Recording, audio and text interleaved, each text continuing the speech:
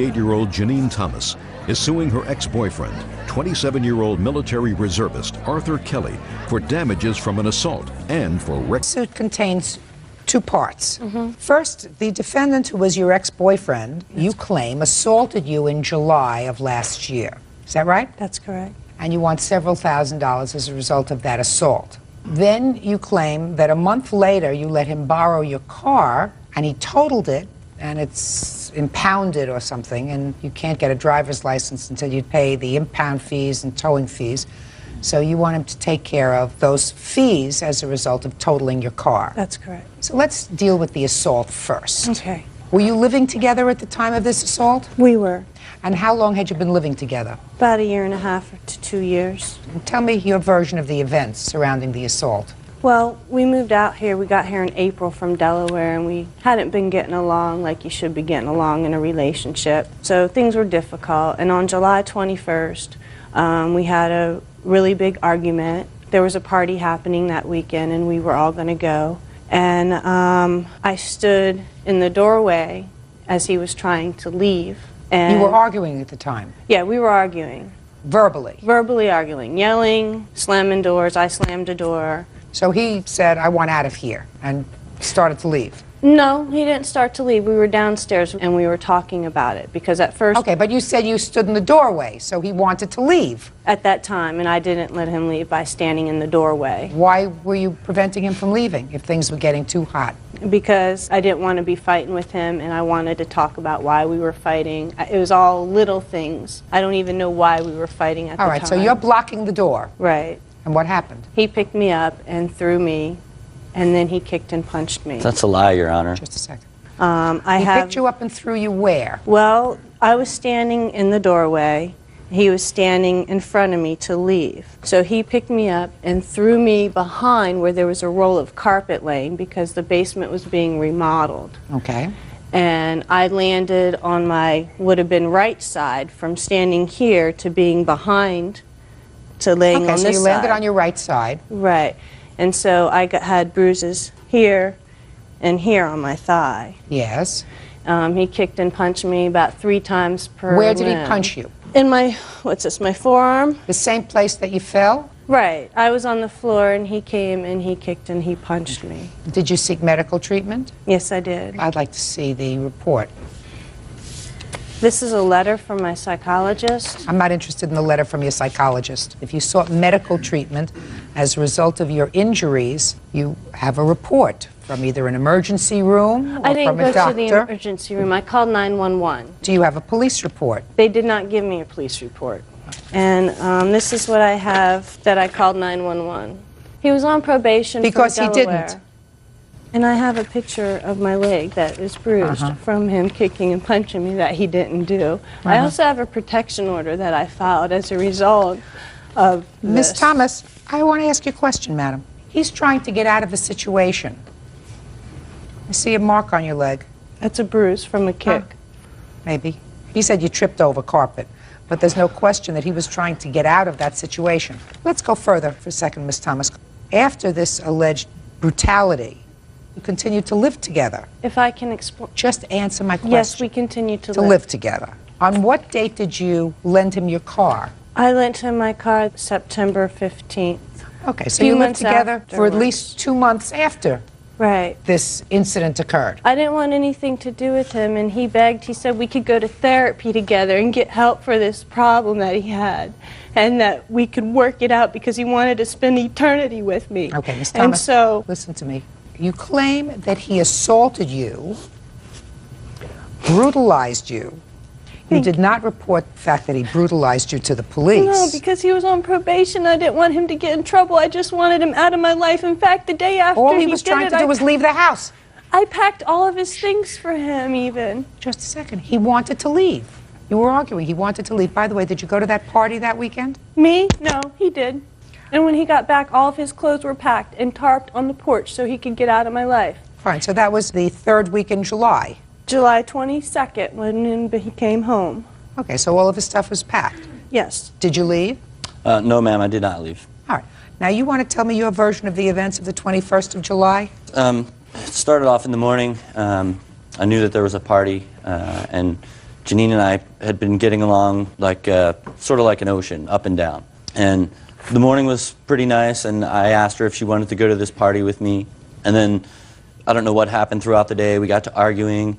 The arguing just got worse and worse and worse. It just got to the point where I didn't want to be there anymore. You know, the situation wasn't what it should have been. And I said, you know what? It's time for me to leave. I need to go. She stood in the doorway, wouldn't allow me What did she to say leave. when she stood in the doorway? She's like, no, you're going to stay here and we're going to talk about this. We're going to make something right. And we'd been arguing for at least an hour. And it didn't seem to me like that we were getting anywhere. We were just butting heads. So I walked toward her, and she had her hands on the door frame, and I sort of pushed through her. There was a roll of carpeting because the basement was being remodeled, and it stuck about this far out into the doorway. And when I pushed through the doorway, Miss Thomas started to fall back. When you pushed through the doorway and you pushed her, Yes, you ma'am. had to have pushed her, Yes, even ma'am. according to you. You didn't push doorway. She was standing in front of the door, so you pushed her, and she tripped over the carpet? She tripped over the carpet, yes. As she tripped over the carpet, she grabbed my shoulders and pulled me on top of her. Okay, and what did you do next? I struggled to get up, ma'am. And then when Lorraine's boyfriend, Dennis, came to the top of the stairs, he screamed down the stairs, "You two better quit." Janine let go of me, and I was able to leave the basement. And you left? And I left. Real cases, real people. Judge Judy.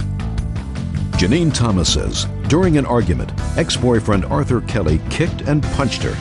Arthur says Janine wouldn't let him leave their home, so he pushed her out of the way. Oh, you packed his stuff, put it under a tarp, July 22nd, but he did not leave. No, he wanted to work it out. So he stayed at least until September 15th. Actually, it was about August 1st. I picked him up from a ferry after I got off work. And I was feeling really low because we only get about 5 days of summer in Seattle. And it was a real sunny day, and I wanted to wear a nice spring outfit to work. And I put it on, and when I put it on, I had my bruises hanging out of my clothes. And to go to work like that, somebody would have been like, "What happened to you?" And I didn't want to have to explain to people at work my problems at home. So I had to change clothes. So that was on my mind all day. And when I picked him up from the ferry, he asked me what was wrong, and I said, "You really don't want to know what's wrong because you think I'm full of negativity." And he's like, he pulled it out of me. I said, "Art," I said, "these bruises are on my body still from when you kicked and punched me. And I couldn't wear certain clothes today because of these bruises. I'd have to explain them." And he said, "I'm finished with you. I'm moving out. I'm done. I've had it with this ridiculousness." And so that's when he moved out, 2 weeks after the assault. So how did he get possession of your truck? Because he was in the Air National Guard, and he gave me the, "Why, let's try to be friends." We didn't work out as boyfriend and girlfriend. I was in therapy, and he also was in going to be in anger management therapy from his probation in Delaware.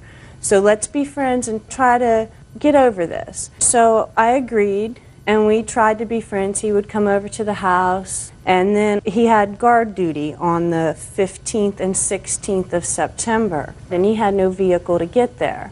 And I'm a nice person, and he asked me if he could borrow my car. And I said yes. I said, "But if anything happens to my car, I'm working 2 jobs to get caught up from our move. You have to fix it if anything happens." And he said, "Okay." Okay, so what happened to the car, Mr. Kelly? I stayed the night at the house that night and got up in the morning. Went to the gas station and filled the gas tank with fuel, and I proceeded to head toward work. And I was going down a hill and noticed a red light, and the last thing I remember was hitting the brake, and then I woke up in the guardrail. What time was this in the morning? This was 6:15 a.m. So what did you do with the car? A tow truck came, and the tow truck towed it off to a storage yard. So what is your out-of-pocket expense? Well, they're billing me right now, the last bill from November with the 12% interest was $1,647.34. Why didn't you take care of the car right away, Mr. Kelly? Why didn't I take care of the car, ma'am? That was my question, Mr. Kelly. Yeah, you were yes, driving the car. I understand that. Well, the car almost killed me. I didn't feel that it was, my responsibility. How do I know that? Well, I have a report from the hospital at the Army Medical Center, and it states that asphyxiation was the cause of Let me see.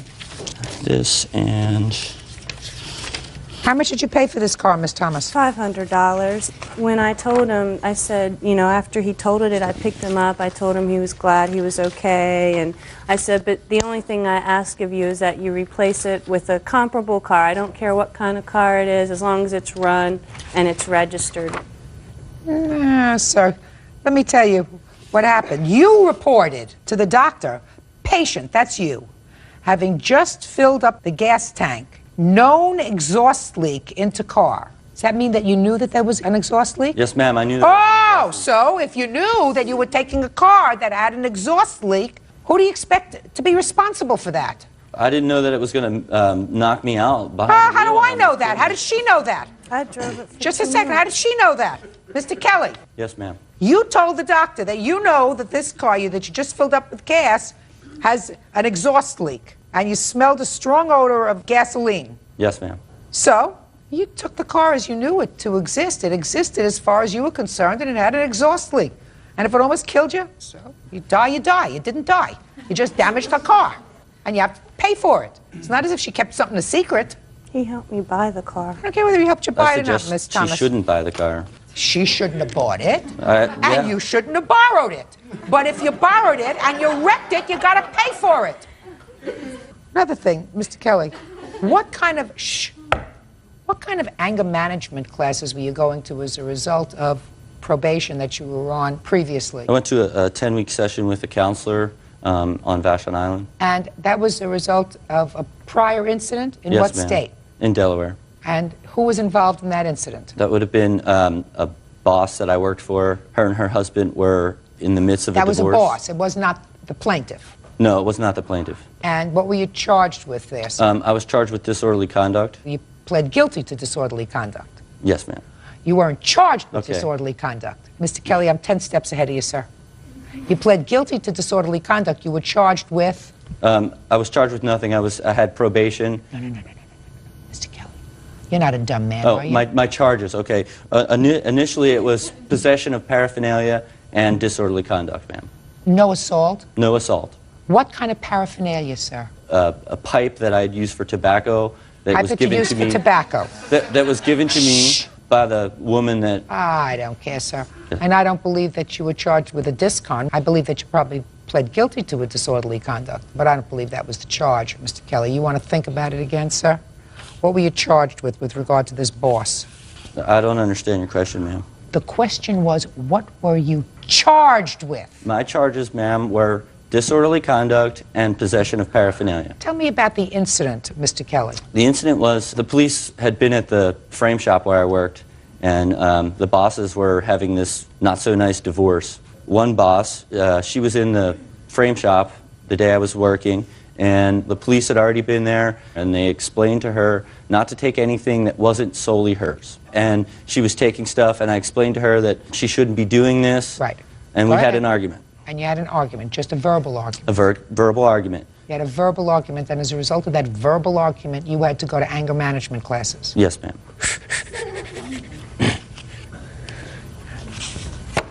I better stay out of Delaware. All right, Mr. Kelly, I'm not holding you responsible for this incident that occurred on the 21st of July for several reasons. First of all, I do believe that you were trying to extricate yourself from a potentially volatile argument. The fact that Ms. Thomas exercised poor judgment in keeping you hostage there, which is exactly what she did. She prevented you from leaving, and if she got pushed aside and fell over carpet, that's what happened. I'm not convinced that you actually bludgeoned her with your fists, because I'm looking at one photograph that she gave me, and there is a bruise on her upper thigh, which is also consistent with falling over something, which you both agree she did. In any event, subsequent to that, you still maintained a relationship. So, but for the fact of this automobile that you totaled, she would not be here today. But I am addressing the accident that you had, that you are totally responsible for. You took the vehicle, fully understanding that it may have a malfunctioning condition that was dangerous, According to you, it did. I don't know if that was the cause of the accident. At least that's what you reported to the medical people when you were brought into the hospital. You chose to exercise control over the vehicle under those circumstances, and you should have taken care of the car. You didn't. It's going to cost you $2,147, which is the cost of the towing plus interest, as well as the cost of the car. Judgment for the plaintiff in that amount. That's all. Parties are excused. You may step out. He picked me up, threw me behind, and then had to walk to me to do what he did. Never before has a car rendered me unconscious. I was asking her, do I tell him what he did? Because he's on probation. What do I do? You're his friend. What do I do? She's just aggravated my life. If somebody ever hits me again, oh yeah, 911 will know about it. And now the next case. All parties in the matter of St. Albans versus Williams. Step forward, please. 49-year-old administrative assistant Donna St. Aubin is suing 27-year-old billing clerk Artia Williams. Donna says Artia's 9-year-old son punched her granddaughter in the mouth, knocking a tooth loose. Miss St. Aubin, this is your granddaughter. Yes, ma'am. Your name is Ariel? Step up here, Ariel. And Miss Williams, this is your son. Yes, ma'am. Your name is? Shantae. Shantae, you step up here with your mom. All right. Ariel, you and Shantae were at daycare together. Is that right? Ma'am. And you were sort of messing around with each other. Yes, ma'am. How were you messing around with each other? We were throwing erasers. At each other? Mm-hmm. And based upon what I read here, one of the workers came over and told you to stop. And then you threw one last eraser at Ashante? Yes, ma'am. After the worker had told you to stop. Yes, ma'am. And when you threw that last eraser at him, it hit him where? On the head. And then he came over to you and he... Here. You hit her. Where did you hit her? In her mouth. And as a result of that, a baby tooth became loose, and you are suing Miss Williams because of her son hitting your granddaughter for $4,500. No, it started with both the daycare and the mother. Well, you're not going to get a penny from Miss Williams. This is going to be a very fast case. Okay. Your granddaughter hit him in the head with an eraser after she was told to stop. So she assaulted him with an eraser.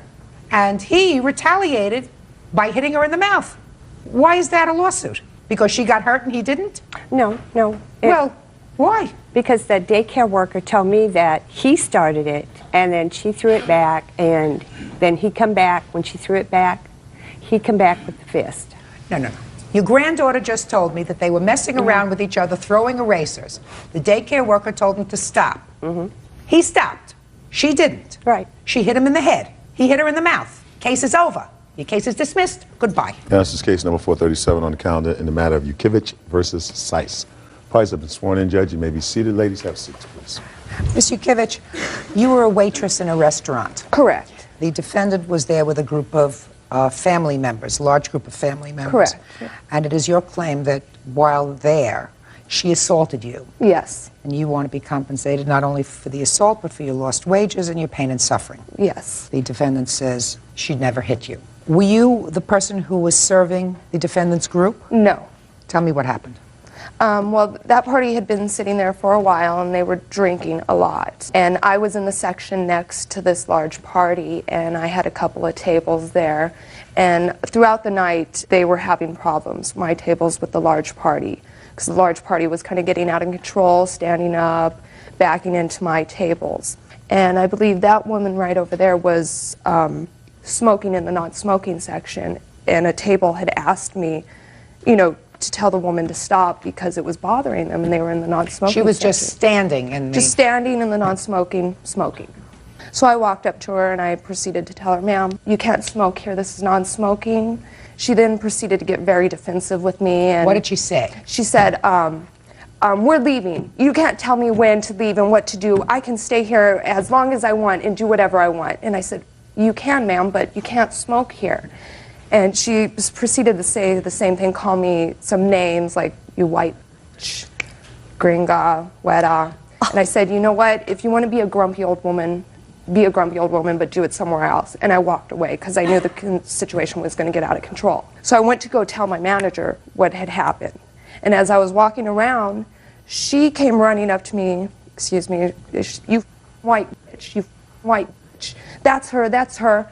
Grabbed me, slammed me up against the wall like this, started punching me, kicking me, scratching at my face or something, and slamming me up against the wall. And I'm freaked out because I've never seen this woman before in my life. Luckily, then one of my coworkers jumped in between, and she's reaching around him, you know, punching like this, kicking, and that's when I like looked down the way at my section, and there was a full-out brawl. That large party of hers, they had tables thrown over, broken bottles. One of my customers was on the ground, and they were kicking him. He was bloody from head to toe. At that point, I don't know where she went, but I ended up just running because I didn't know what to do. It was like a flight, something. I took off to run outside because I was like, I'm getting the hell out of this situation. Excuse me, I'm sorry. What kind of injuries did you sustain? I have some pictures here. I'd like to see them. And I have a medical bill. They're not very good pictures. She did throw me up against the wall, so like a lot of it was to the back of my head. This is the medical bill here. The restaurant did pay for the medical bill, but that's just the... on there, you can see some of the scratches on my face. Were you taken to the emergency room then? The EMS checked me out, and then they told me to go to the hospital afterwards. So I went, right after I got off work, I went to the emergency room. Did you miss any work? Yes, I did. I have this that shows what I missed several days. I also have a police report and an incident report from my managers. I'd like to see both. This is police report, and this is incident report from the managers. There's also a statement from Margaret on that day in there too, that it was an incident report, I guess. I did highlight a statement.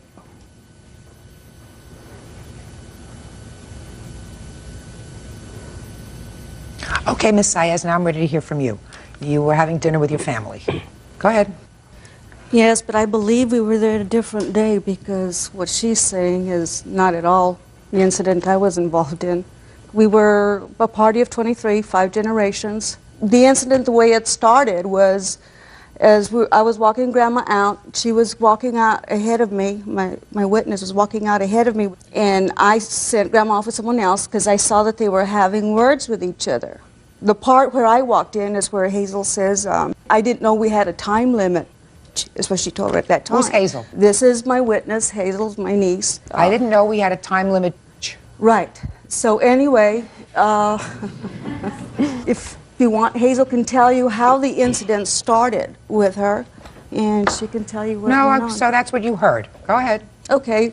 Well, what I heard them say, she says, you Mexicans never know when to leave. I work in a Mexican restaurant. Just a second. So that's, okay, all right, just a second. So that's what you say you heard her say to your niece? Yes. You Mexicans never know when to leave. Hazel says, I didn't know we had a time limit. And she says, yes, that's why nobody wants you people around. I know. She told her. And then she proceeded to light a cigarette because she had been on her way out. And she tells her, you can't smoke here. It's a non-smoking area. And then she says, and besides, you're just jealous of my white skin and my blonde hair. Then turned around and walked out.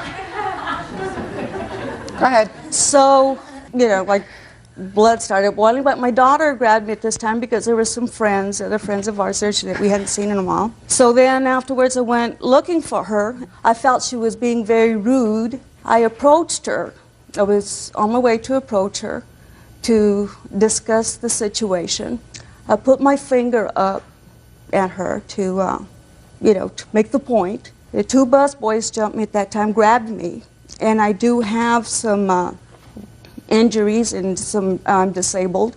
I am on disability. I have metal fusions on my neck, arthritis spondylosis. You never brought this up. I've since then been, I've had 6 surgeries and been diagnosed with fibromyalgia and all this stuff. Anyway, so I can't move. I can't do that kind of stuff. I approached her. The bus boys jumped me before I even said a word. And they started, and they pulled my arms back, which causes a great deal of pain for me. So I started yelling and screaming, let me go, let me go. So my son saw this, and he came over. He says, I'll take her out. Don't worry about her. So he got me by the arm, and we went out. How do you think she got the scratches on her face, Miss Saez?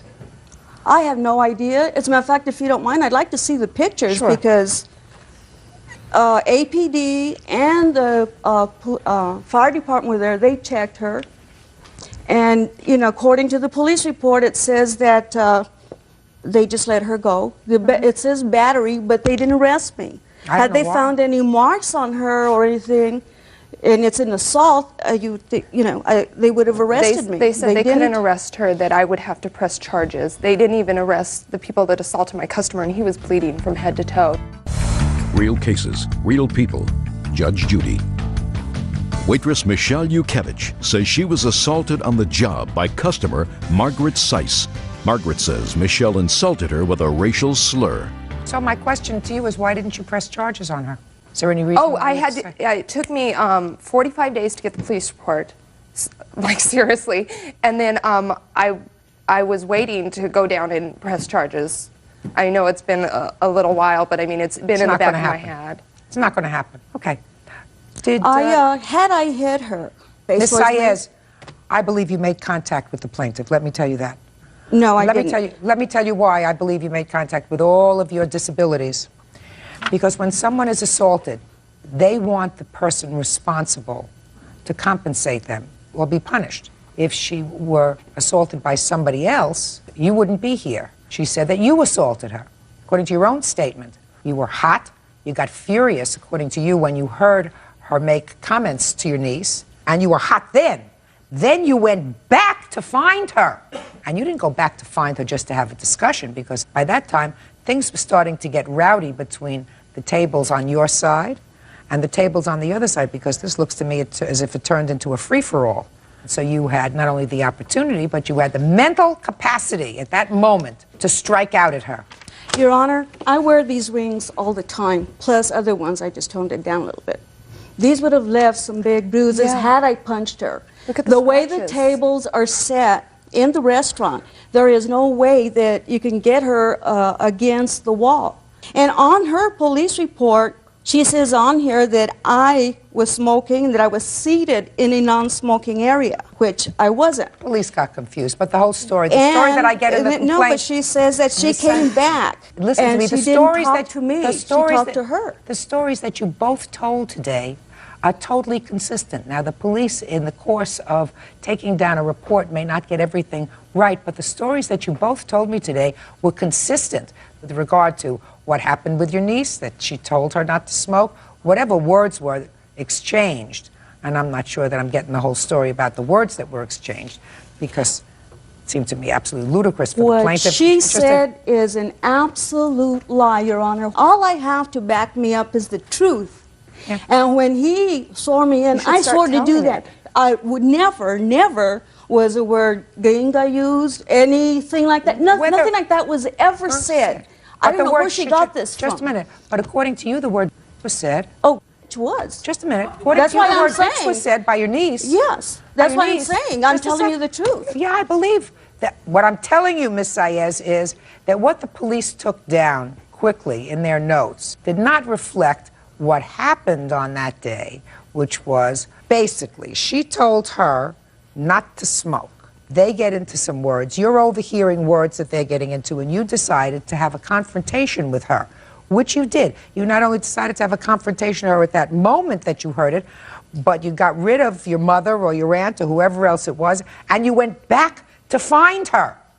Again, you went back to confront her. Because according to you, Ms. Saez, you were boiling at what you heard her say. And then you went to find her. That's what you said. You said, I went to find her.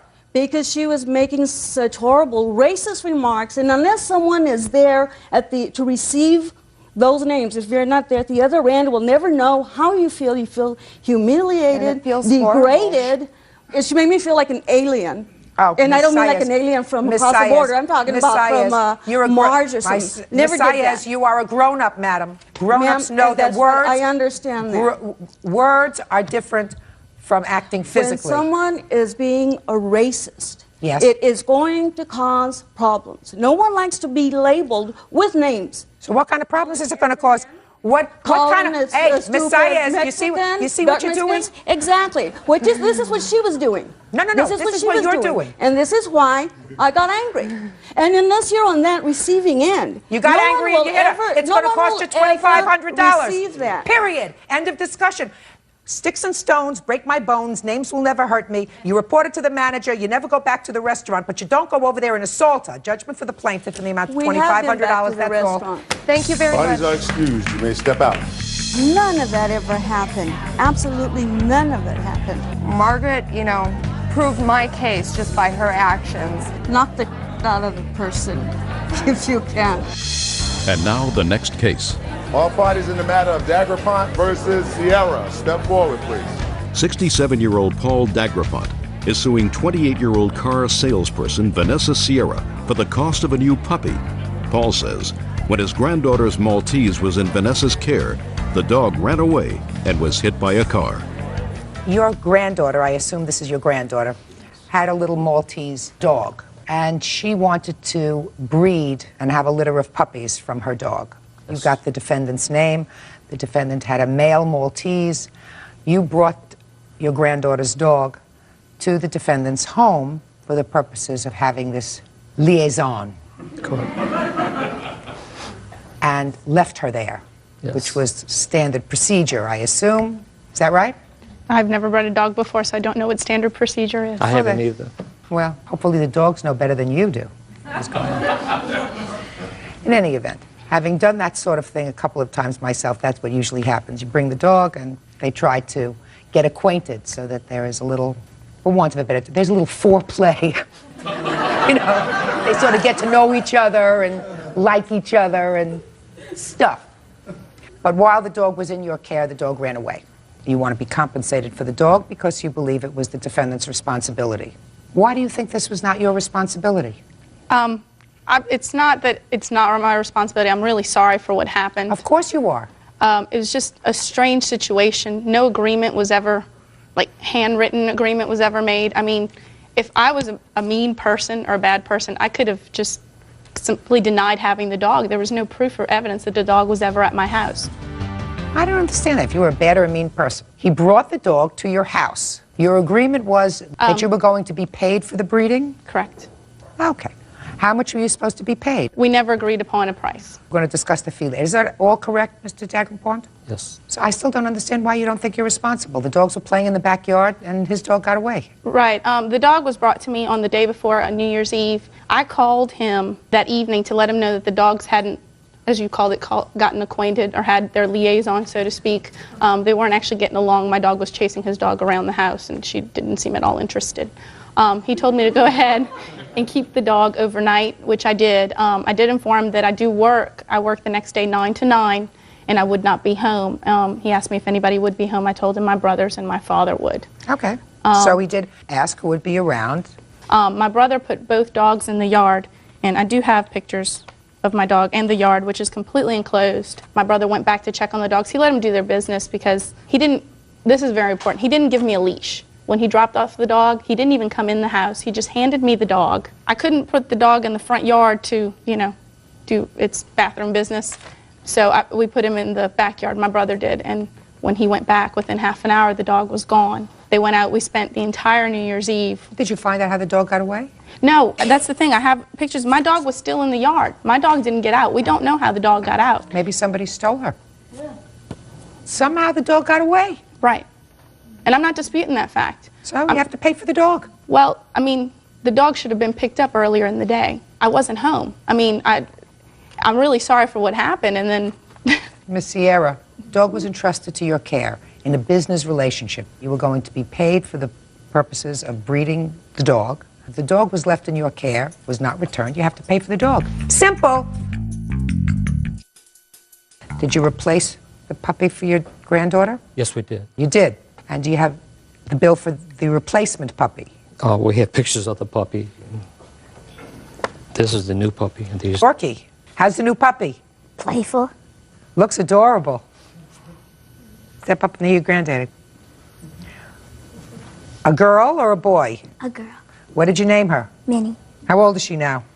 I think 10 or 11 weeks. You taking good care of her? Yeah. Good. How much did you pay for Minnie? $700. You have the bill? I don't have the bill on the new dog. I have a canceled check on the old one, and this is the posters that we put up looking for when Rice was missing. And we have bills from the veterinarian that they require baby shots, so to speak.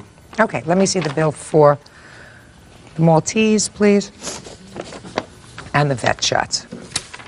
We put 150 of these posters out in the neighborhood looking for her. When we finally found her, you know, she was dead. She had been hit by a car? By a car. I assume that somehow she got out because if somebody had stolen her. I don't, like I said, I have pictures of the yard completely enclosed. Well, maybe your brother accidentally opened up the front door. I don't know. Dorothy, cost of the dog was $625, and all the vet bills with the cost of the dog come to $1,011. Judgment for the plaintiff. I'm glad you got a new puppy. Thank you. Your Honor, this is case number 572 and 560. One is Irwin versus Cuddy Large, and the other one is a cross complaint, Cuddy versus Irwin. Parties have been sworn in, Judge. You may be seated. Mr. and Mrs. Irwin, I'm going to address your claim first, and then I will address the claim by one of the defendants, Mr. Cuddy. According to your complaint, you hired these two young men to do some work in your house while you were gone on some sort of vacation or business trip. And they were given a whole list of things to do. They had access to your home. And it is your claim that they threw a major party while they were there, and that as a result of that, your home was invaded, a large group of people, that some things were destroyed or damaged, and a substantial amount of money stolen. And you're suing both of these young men for $5,000. Correct. The defendant said it was no big deal party, just a few friends, nobody went into the house. And Mr. Cuddy has a cross complaint, which I will get to in a moment. Who's Mr. Cuddy? Would be me. That's you. All right, how did you know these two young men? Rick Large had worked for us, done some work for our business for about a year. What kind of business? A computer business. And Mr. Cuddy, my husband had known him for probably about 12 years, and I'd known him about 6 years. And he was also a neighbor of ours. And you gave both these young men access to your home? Actually, Rick Large was the one that was hired to come in and feed the dogs, check emails, pick up mail, pick up the newspaper, and do a few chores around the house, and we paid him $300 for the week to do that. You only paid Mr. Large? Correct. Okay, were they supposed to stay in the house? No. Okay, and what did you find when you came home? When we first they came to pick us up at the airport, and they were supposed to come in our truck, but they came in Mr. Cuddy's mother's truck because they said they couldn't find the keys to the vehicle, which also has our home key on it and speed pass. When we got home, we gave them T-shirts we'd bought for them, and they left, and we were home for a few minutes, and our doorbell rang, and our neighbor came over and was very upset and said that while we were Can't tell gone, me what your neighbor said. Oh, okay. Well, we started looking around and noticed things that were moved, found a disc jockey card on my table in my family room, found broken beer bottle and beer still on the floor in the family room. A broken beer bottle? Mm-hmm. We went to open our garbage compactor, and it was jammed. When we finally were able to pry it open, there was the remains of grapefruit rinds, a big vodka bottle that had been jammed in there. When we went upstairs that night to go to bed, we could tell that our guest room and our room both had been remade, the bedding had been remade, and my husband went over to his side of the bed and saw on the floor a grungy-looking T-shirt wrapped around a rag that was left there. At that point, we did call the guys to come back after we found out about the party and confronted them that night. Their this is not response was, right, because it's no big deal. We had a few friends over. Reason is what's the the judging problem? is The not next day, we found the money was then missing. This We found and his girls was not in the drawer in my desk upstairs. We keep money in a bank bag. But as we started going through the house, like I said, we started finding more and more things that had been destroyed. On the nightstand in our bedroom, there's a watermark, which I do have a picture of that. Tell me about this party, gentlemen. Look. Well, Your Honor, I want you to look at me, no, and I want you to make sure of one thing. Okay. How old are you? I'm 19. I want you to tell me about the party, everything about the party. Okay. I want you to just realize it. The truth will set you free. Don't try to scam me with you had a couple of friends over for a little barbecue in the backyard.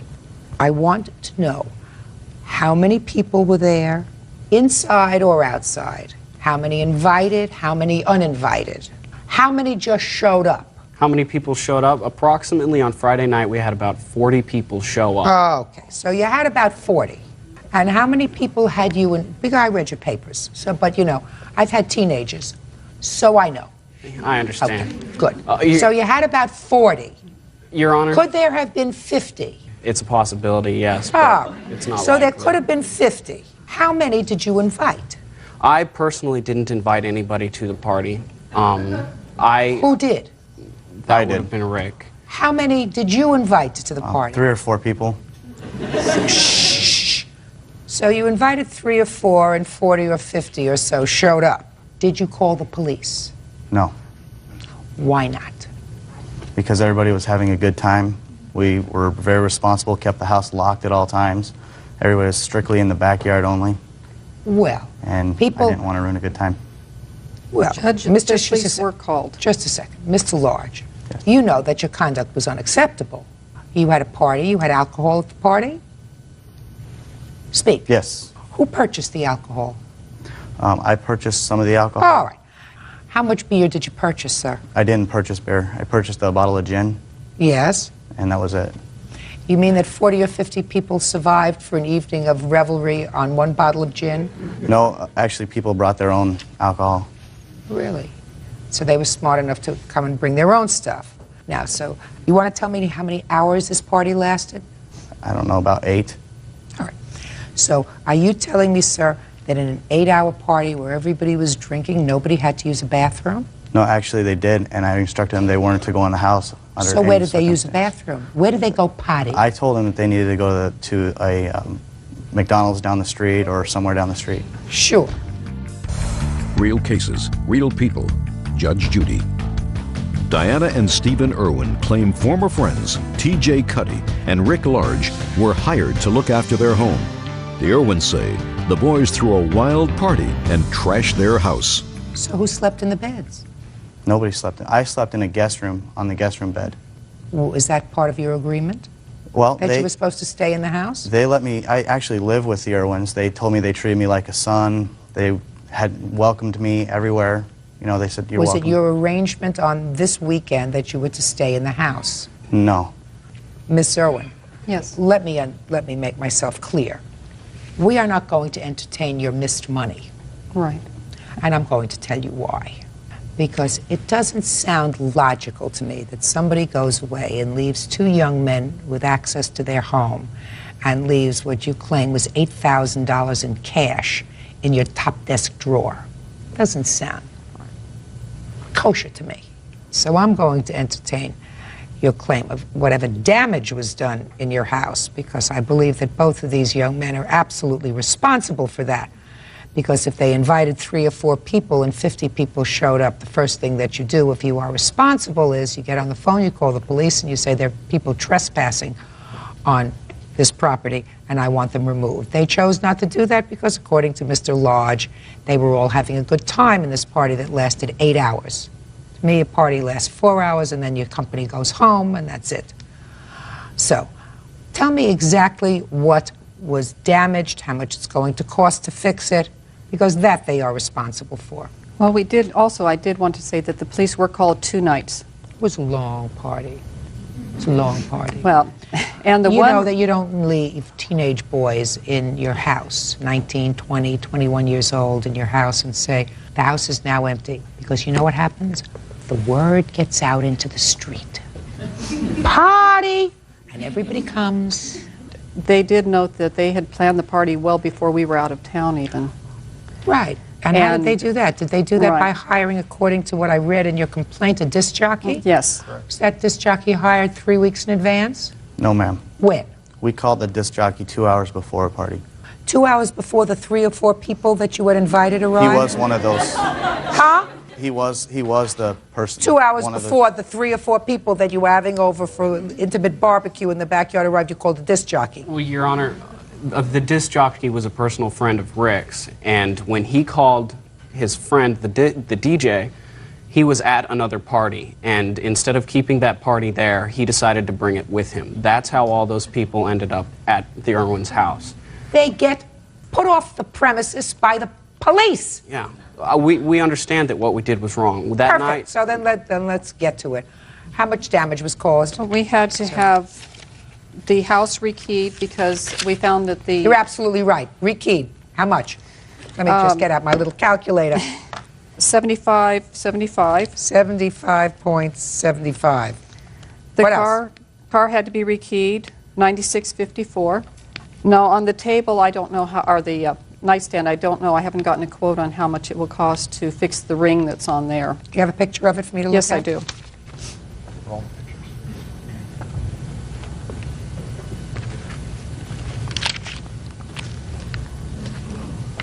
That's not a major deal. Do you have children? Yes. How old are your children? 25 and 27.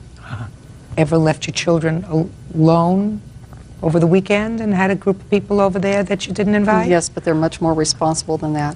But it's happened. I know, I have kids. But I think I've had large parties, unanticipated parties at my house. But I think the difference is it's my children and it's their home. And that's why you trust your children. You don't trust strangers. You don't give strangers, teenagers, and those just above teen. How old are you? I'm 24, but they always told me they treated me like a son. Don't give me baloney. Okay. If they treated you like a son and you treated them like a parent, you would have been more careful with their property. Now let's get to Mr. Cuddy. Mr. Cuddy, according to your complaint, Mr. and Mrs. Irwin were very nice to you. You wanted a motorcycle. Yes. And Mr. Irwin agreed to advance you some money for the motorcycle. Yes, he agreed to be the lien holder on the title. Right. According to what I read, it was $5,000. Is that right? For $4,800 in these. So almost $5,000.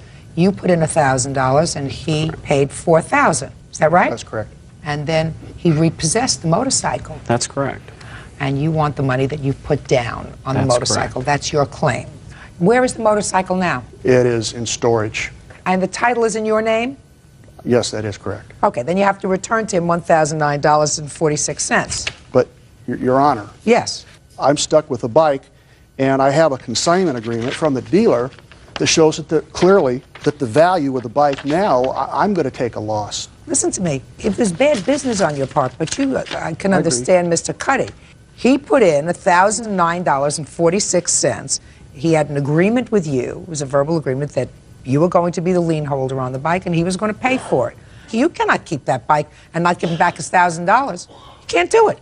So on your counterclaim, Mr. Cuddy, I am awarding you the $1,009.46.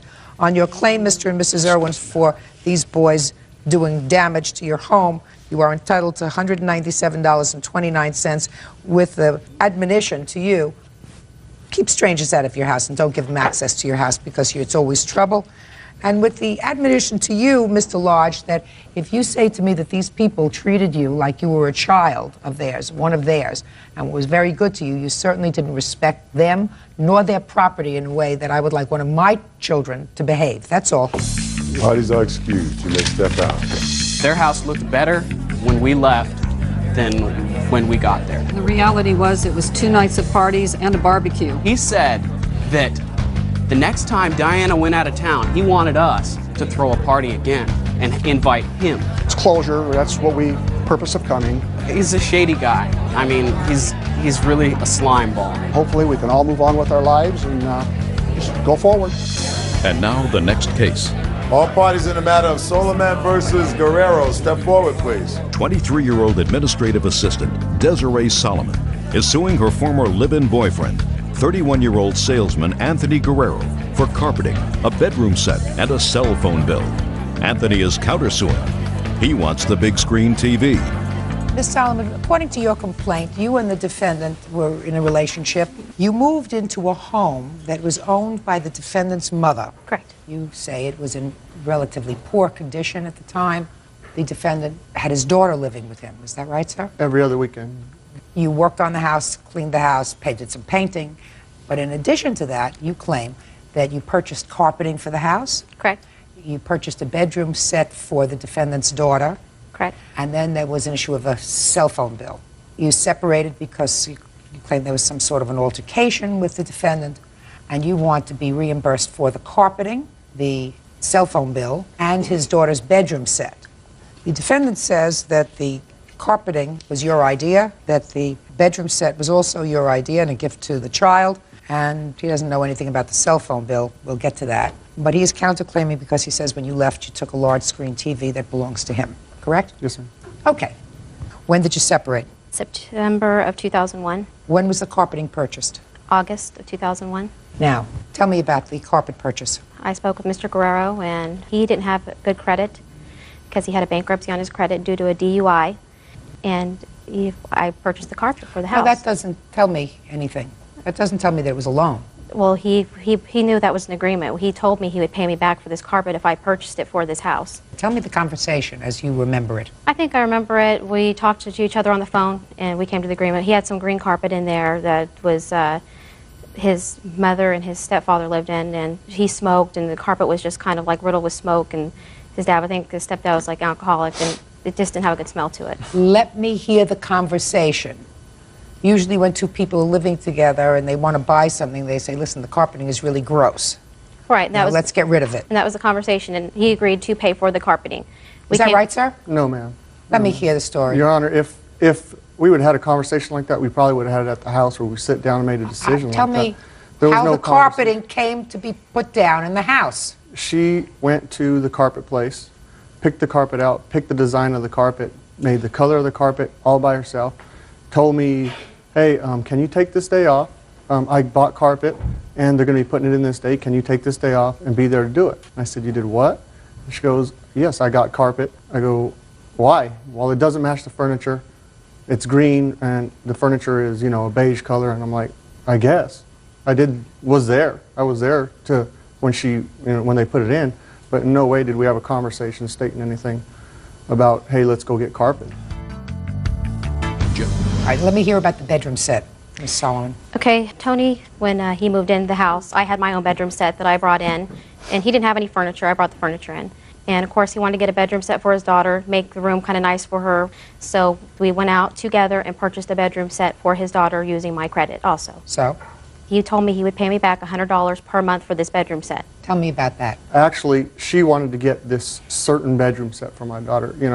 Like she said, my credit wasn't the best, so I was going to go out and get my daughter a nice bedroom set, but not the bedroom set that she had chosen. But she wanted to get that.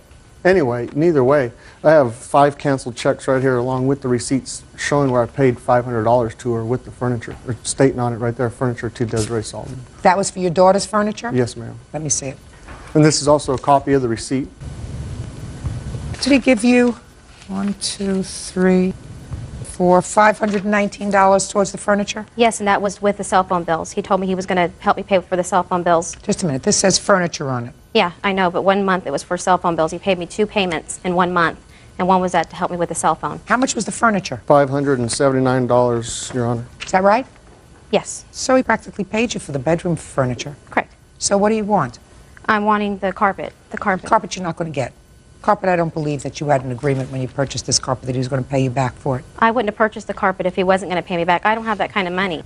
I believe that he said he would buy the child's furniture and that he would reimburse you. I don't believe you with regards to the carpet. That's my prerogative. That's my job. Okay, now let's get to the cell phone bill. Here's a cell phone bill. Show it to him.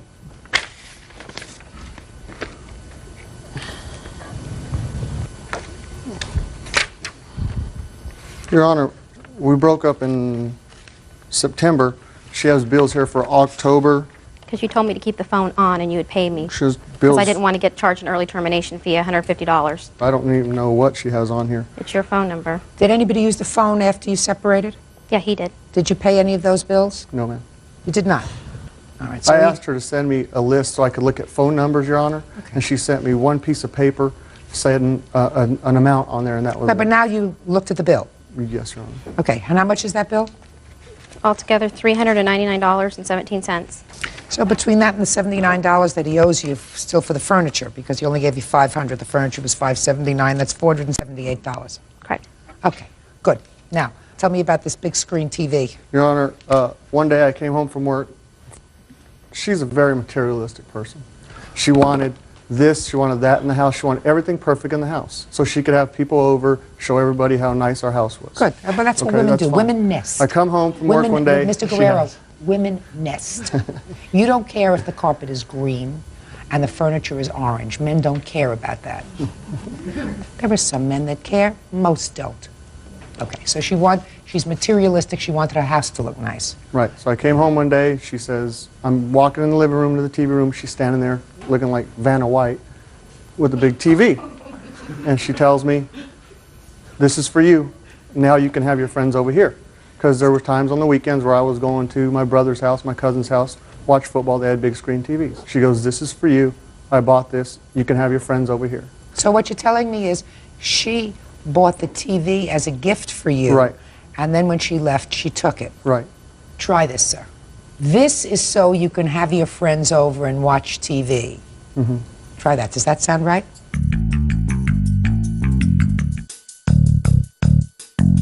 So you want the TV and the new carpet? Right. She's got the TV now, right? Right. She keeps it. Okay. Perfect. Okay?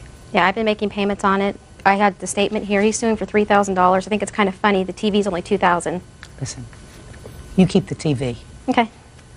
Out of this deal, it cost you a little bit of beige carpet? It cost me more than that, you know. Probably. And a cell phone bill. All right. He owes you $478, judgment for the plaintiff. That's all. This is case number 571 on the calendar in the matter of Harper versus Boozer. Parties have been sworn in, Judge. You may be seated. Ladies, have seats, please. Miss Harper, the defendant was a friend of yours, according to your complaint. You loaned her some money. According to you, you have a note to prove the loan. She did not repay you the entire amount, and you want it. Is that what this is about? Yes. Defendant says she borrowed some money, not as much as you claim. She paid you back every cent that she owes you. So, when did you make this loan and why? I made the loan to Lisa on 6/20/01 because she had written 6 fraudulent checks and she needed the money to repay the checks. Well, how did you find out about this need that she had for the money? She called me on 6/19 at 10 o'clock in the morning and asked me to pick her up from work because she had a warrant out on for these checks. So. She had a warrant out? Mm-hmm. How much money did she tell you she needed? $1,200 and something dollars. Go ahead. I had a loan that I had previously and I had paid it off. So she asked me if I could help her. Could I see if I could borrow the money from there to help her out? What money? Explain that to me. I borrowed some. I had a loan already at First Franklin. It was, you know, where I could go back and borrow money if I needed to. So then I called them and I asked her, could I borrow $1,200? And she said I could borrow up to $2,000. So I told her I didn't need that much, that I needed $1,200. So I had to do $1,500. Why did you have to do 15? I couldn't borrow $1,200. So let me see the loan papers where you borrowed $1,500.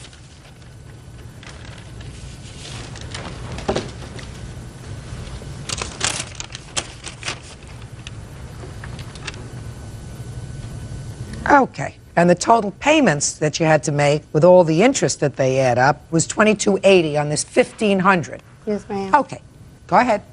So then I got the money, and they wrote me out a check, and I had to take the check to the bank, and I cashed the check. And me and my witness, Alice Tanner, we went.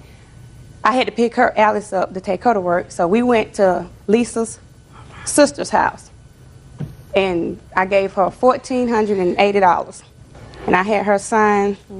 Now let me see the note that you say you had her sign.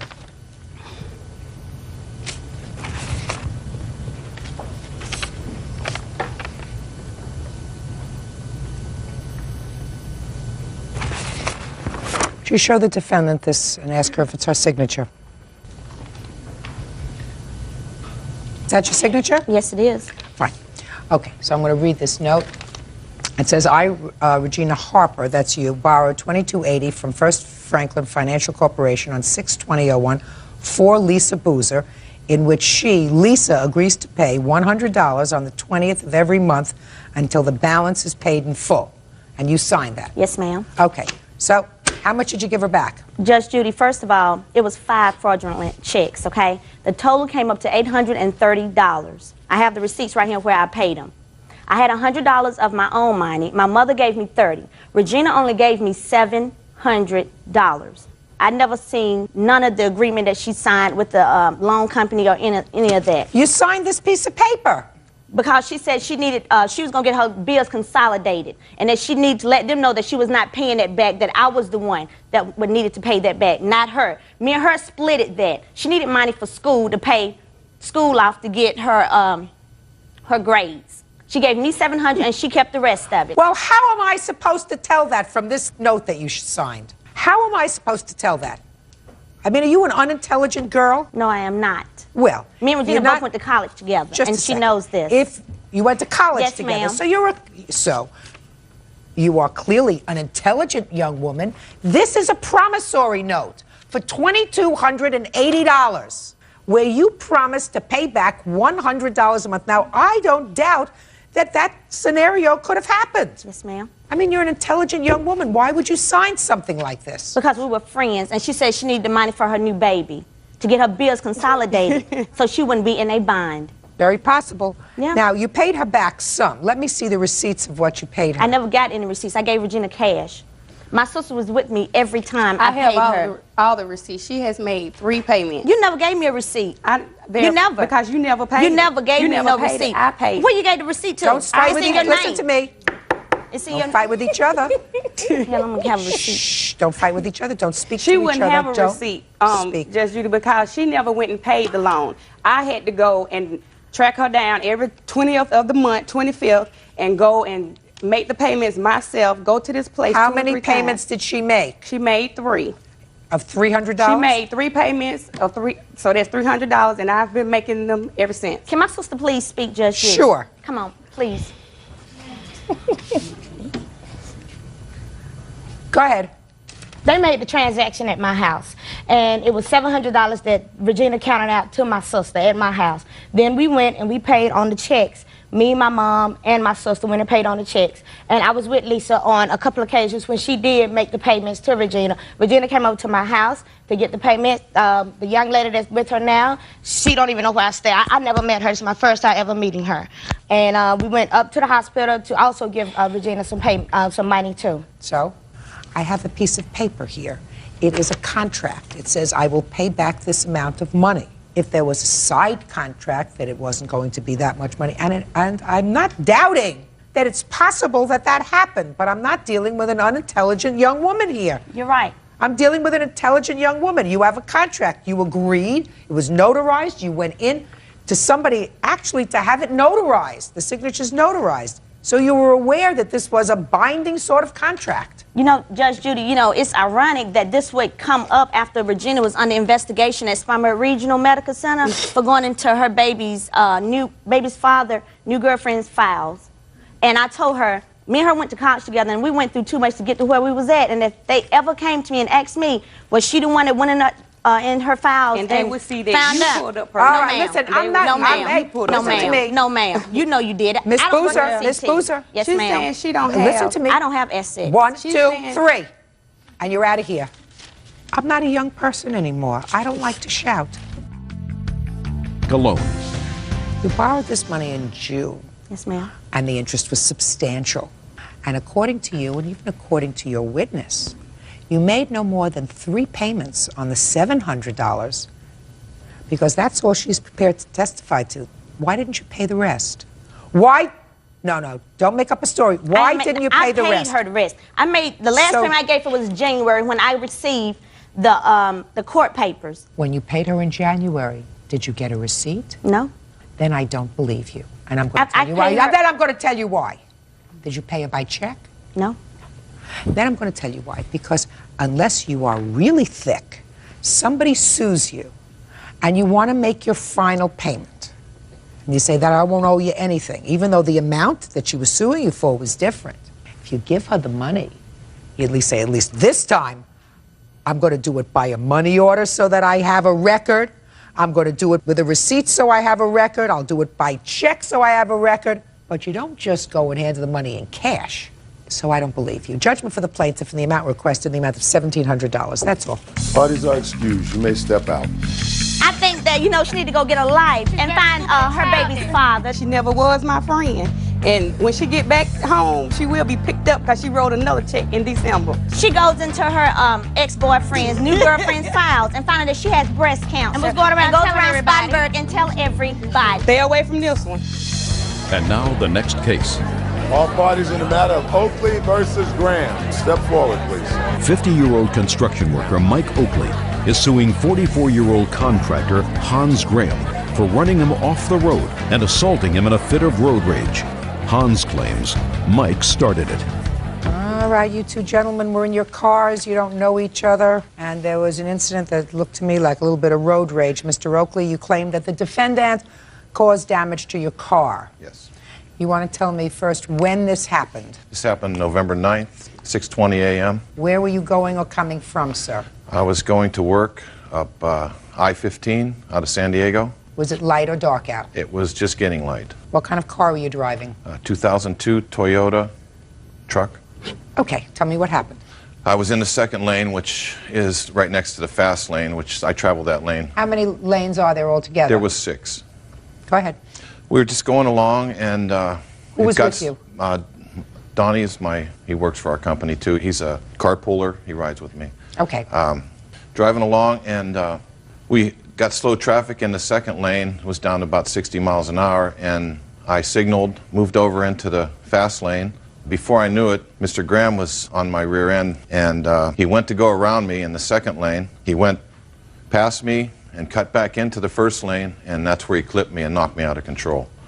I went left, I went right, I went left again and got it under control.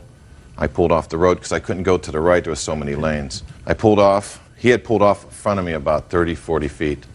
Got out of my truck. As soon as I shut my door, Mr. Graham was right on top of me, saying that he was going to kick my... And he pushed me, and I fell over the little wall that's in between the freeways.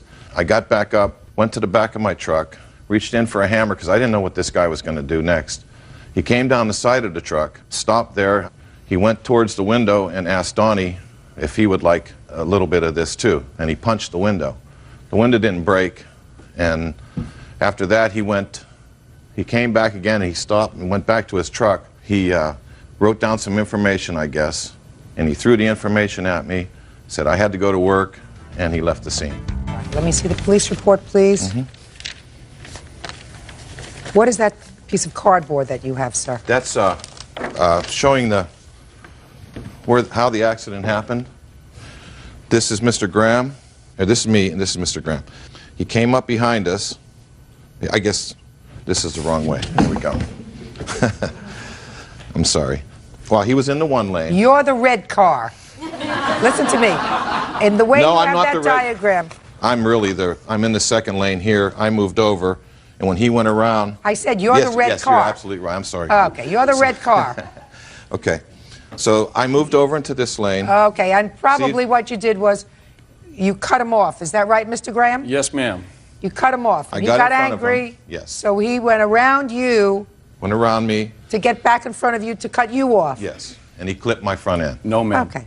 I'm going to get to you in a second. Thank you. Can I see what kind of damage was done to your truck, please? I have the pictures here. It's kind of hard to see because of the light. And here's the estimate for the damage.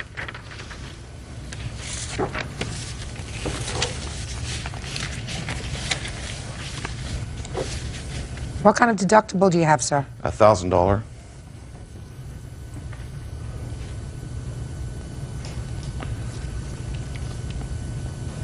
Okay. Now, Mr. Graham, I'll hear you, sir. Is that the amended police report? Because there was actually 2, and I never got the amended one. This was the first one filed. Okay, he left out a couple key facts there. He cut me off, straight off, underneath, couldn't even see his lights. I couldn't even hit my brakes. I went around him and actually kept my tires still in this lane here. When we went up here, I was not concentrating on him. There was another car beside me. I was holding on to my steering wheel, watching this car here. Boom, all of a sudden we make contact. I look back to see him lose control of his vehicle. Mr. Graham, why did you attempt to get back into the I didn't. I stayed straight.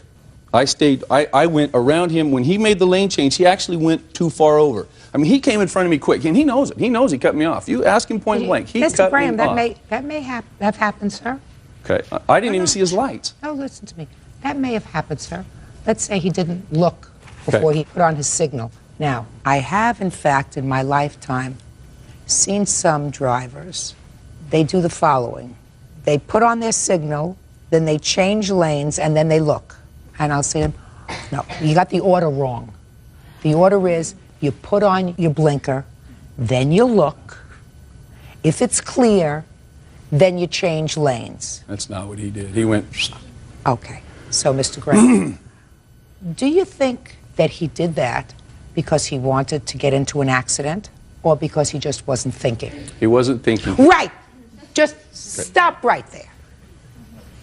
So if somebody's not thinking, I mean, this he wasn't a nut, just wasn't thinking. And I've seen that. I'm sure that most of us have been in that situation where, you know, you're thinking about something else and you want to change a lane, or you're getting on a highway and, you know, you're looking in one direction, you get on the parkway, and all of a sudden you see a car. It comes out of nowhere. That's what causes accidents. But why did you get so angry? Well, you got Mr. Graham. Not yet. Can I finish? You told me let me have my chance to talk. You got angry because Okay. he cut you off. No, I didn't. Everything happened so quick, I had to get by him. I had another car here. I got angry when we got out of the truck, and that's where he left out more key parts. We weren't 30 feet apart. Our truck was 10 feet apart. I walked to the back of my truck. He threw his door open, got out, threw his hands up, and said, "Why didn't you let me in?" And when he took a step towards me, I stepped towards him. He wasn't going to hit me, so I pushed him. He fell down. No, Mr. Graham. Listen to me, sir. I read your answer very carefully. You said when he got out of the truck, he said to you, "Why didn't you let me in?" And then you wrote, "I pushed him." No, he threw his hands up. I'm telling you, he threw his hands up. So he threw his hands up. You said, "So I pushed him." And then you say, he jumped back up, which means you pushed him hard enough to knock him down. Yes, ma'am. He fell down. So when I say to you, Mr. Graham, that you were angry, you can't say to me I wasn't angry. Oh, no. You were angry. I was angry when I got out of the truck. Yes, You ma'am. were angry before you got out of the truck. No, ma'am. Well, I think you were. Well, I didn't have time. It happened like 1, 2, 3. And then he jumped up and he went to his window that I hit, and he told his buddy, "Are you going to get out of the truck or what?" And that's when I said, "Yeah, come on, hit him, get out of the truck." Mr. Graham, why did you, just a second, you just said you went over to his buddy where you had just hit the window. Why did you hit his window? No, he went to his buddy. No, you said to me, I just hit the window. I did. You said to me, I hit the Yes, window. ma'am. But Why did you, before, why did you hit his window? I'm talking to his buddy. "Go ahead, get out of the truck. Come on, get out of the truck." You were out of control. You were out of control. He may have done the wrong thing by cutting you off. And if he got out of the car and say, "Why didn't you let me in?" And maybe it's possible that it's not as I had originally thought, that he just wasn't looking, but that he wanted to get over and maybe you weren't letting him in and he went over anyway. That's a possibility. But my sense of what happened here is you totally overreacted to a situation. It's incorrect, Your Honor. Where were you going to, Mr. I was Graham? going to work. I was going to a job where I install a marble and granite, and I had a marble delivery there I had to sign for. I was not out of control. If I would have been out of control, I would have thumped him. You were out of control, sir, because you put your hands on him first, and then you went over to... He stepped towards me with his hands in the air. No. Yes, ma'am, he did. No. I don't believe that, sir. I don't Okay. believe that he stepped towards you with his hands in the air in a combative position. If he did, I'm telling you, based upon your posture here today, you would have hit him, not pushed him. And then after that happened, you went over to his friend. I'm speaking. You went over to his friend who was in the passenger seat, and you banged on the window. No, but Judge I was for the under plaintiff control. in the amount of $1,000. That's all. Yeah, this is case number 487 on the calendar in the matter of Tucker Parman versus Owsley Brown. Parties have been sworn in, Judge. You may be seated. Folks, have seats, please. Miss Tucker? Yes. Your relationship to Turan? I'm her mother. This is your daughter? Yes, ma'am. Neither of you were present on November 19th of 2001 when this fight took place. Is that right? You are merely here as nominal parties. You are suing because your daughter had certain medical bills and your daughter is a minor. So you're here with her. So I'm going to have the two moms sit down. Taryn, it is your claim that Erica assaulted you on the 19th of November, that she assaulted you and caused you some very serious injury. You had some 50 stitches as a result of this incident. And the defendant says that there was a fight, but she struck back in self-defense, correct? So, Taryn, why don't you tell me what started this argument? Well, I never had an argument with her, actually. It was nothing to do with me and her. I had went to the park. You went to the park? Yeah. Who did you go to the park with? I went to the park with Steven, who was my boyfriend at the time. And what did you go to the park for? Well, a week prior to this happening, he had broken up with me to go out with Ashley, her witness. And then he came to your house? And he said that I want to be back with you. I don't want to go out with her anymore. Let's go to the park. I know they're up there, and we'll tell her that me and her aren't going to be together anymore, that me and you are going to be together. Why was that necessary, Taryn? Why was it necessary for you to accompany him? It wasn't, but... It sure wasn't. That was really stupid. If he wants to have a conversation with his couple of weeks girlfriend, let him take care of that by himself. All right, so you get to the park. And what happened when you get to the park with the genius over here? Well, I go to get out of the car, and Ashley runs over the side of the car. I really didn't have a chance to have words with her because she came over, started saying cuss words, you want to fight me, flicked a cigarette on my face, and came at me, so I came back at her. What do you mean you came back out at her? She came at me like to hit me, so I came back at her. Just a minute. How could you come back at her if you were in the car? No, this is right after I stepped out of the car. She ran over the car. She ran over to the car when you first arrived. Well, I stepped out of the car, and then here she comes around the corner. No, you didn't tell me that. Now you're getting back. So you got out of the car. Yes. And the boyfriend got out of the car. Yes. And Ashley comes running up to you, cursing you. Yeah. Because now you're with her boyfriend, right? You think. And then you've had a fight with her. Yes. Just the two girls. Me and Ashley, yes. And what is Prince Charming doing while you're fighting with Ashley? Standing with his brother and other people that had came to the park. They were standing there watching, I guess. Okay, so did you finish fighting with Ashley? Yeah, her brother came up and kind of broke it up. She walked over to her friends, and I walked over with Stephen beside his car. And then what happened?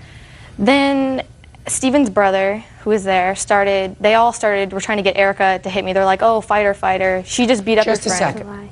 His group yes. was instigating Erica yes. to fight you. And tell me again what they were saying. They were just telling her, they were like, oh, she got in a fight with your friend. How are you going to let her do that to your friend? So they wanted your boyfriend, Prince Charming over here, according to you, wanted Erica to beat you up. Yes. And that's after he told you to come to the park with him to tell Ashley that he didn't want to see her anymore. Yes. You following this? Oh, very closely. Very closely. All right, so now they're instigating Erica to fight you. Yeah. What happened next? Okay, well, I was standing near Stephen's car, and they were all in a group near us. I wanted to leave, and I had said to Stephen, I looked over and I'm like, let's leave. When I went to turn back around, she hit me in the side of the face, got me on the ground, got on my back, took my head and slammed it into the concrete. That's a lot. Shh, just a second. Wait 1 second, you're going to have a turn. Okay. And is that when you were injured? Yes. And where were you injured? All around my eye, and I have pictures. I'd like to see them.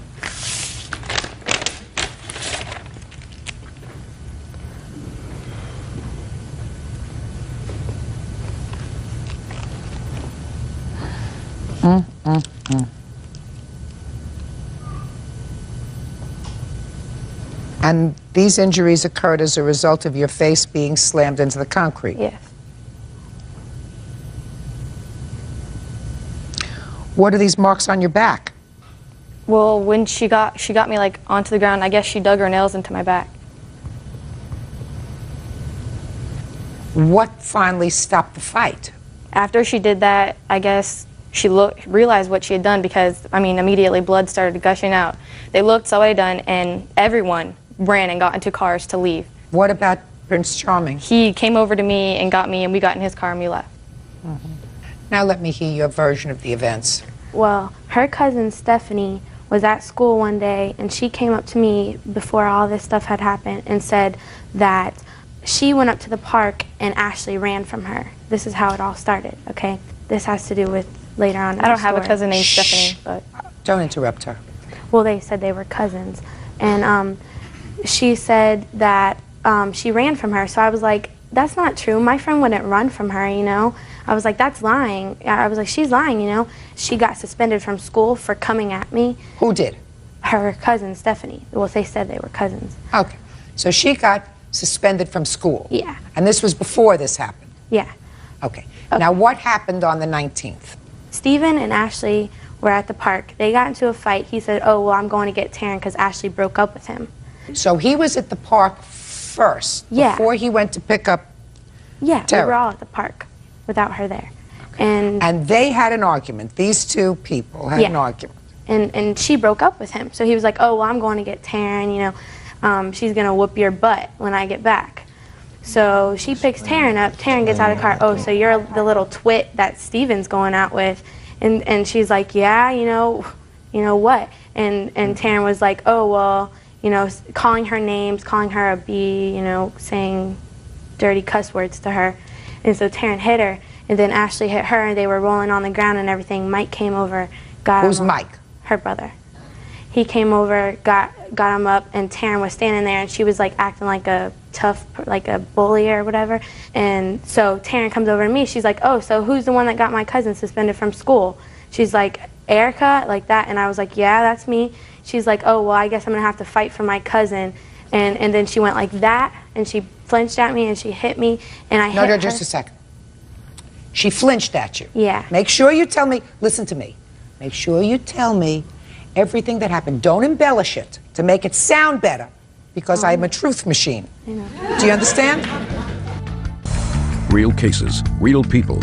Judge Judy. 17-year-old Taryn Parman claims she was badly injured during a fight with 15-year-old Erica Brown. Erica says Taryn was looking for trouble, and she found it. So far, I believe you. So now don't tell me anything that's not true. Oh, I'm not. So here we go.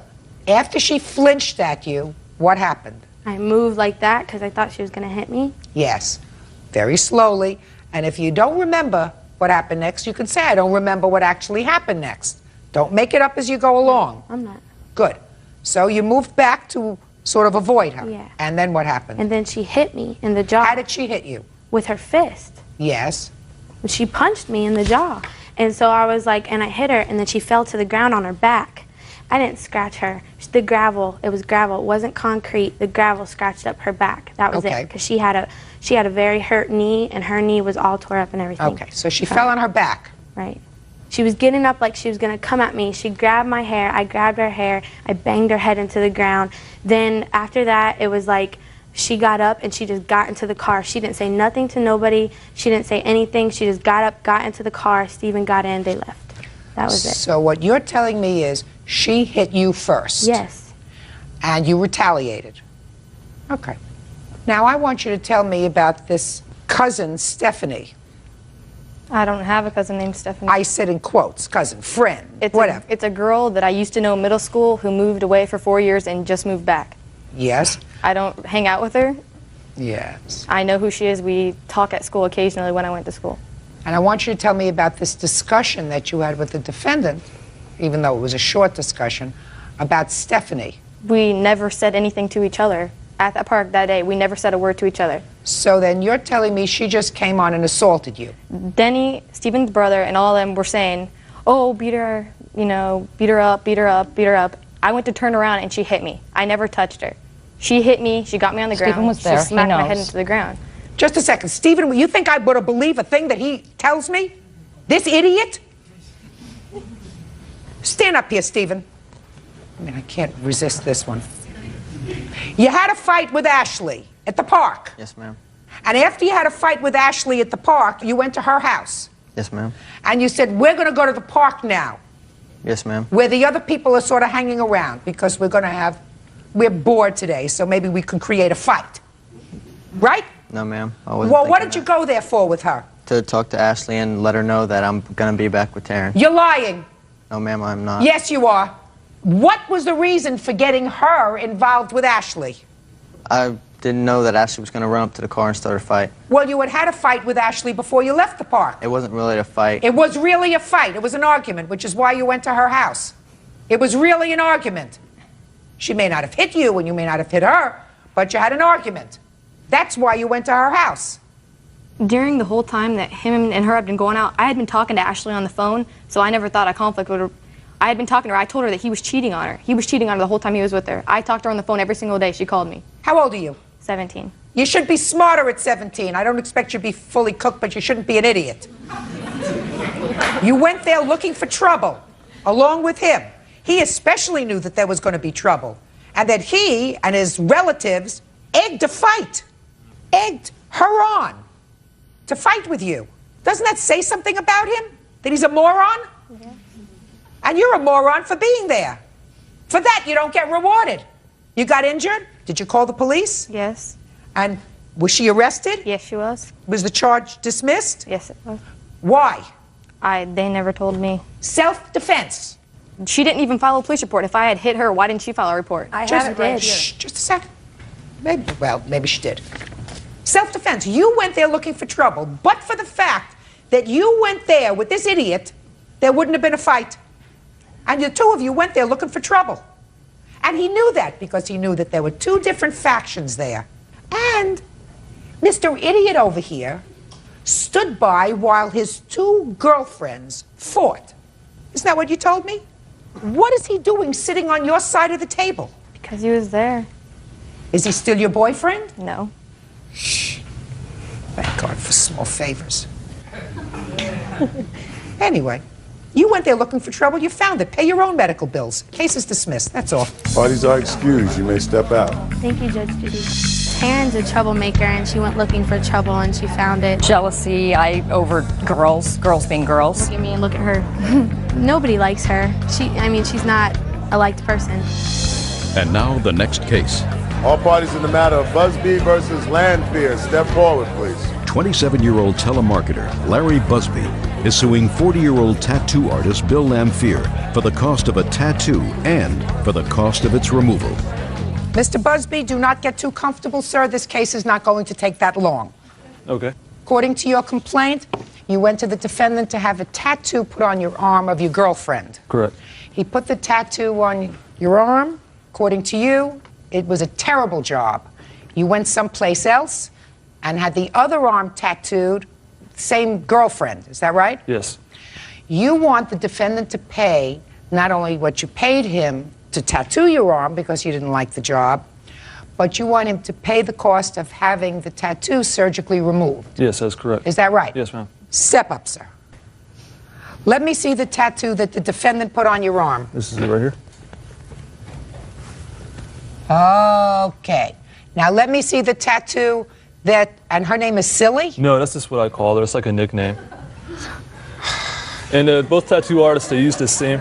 Don't speak to me, just show me. Okay.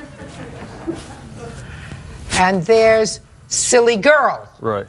Okay, so we have one silly. Now let me see the other one. One Silly and one Silly Girl. Right. Right? Yes. Step back, sir.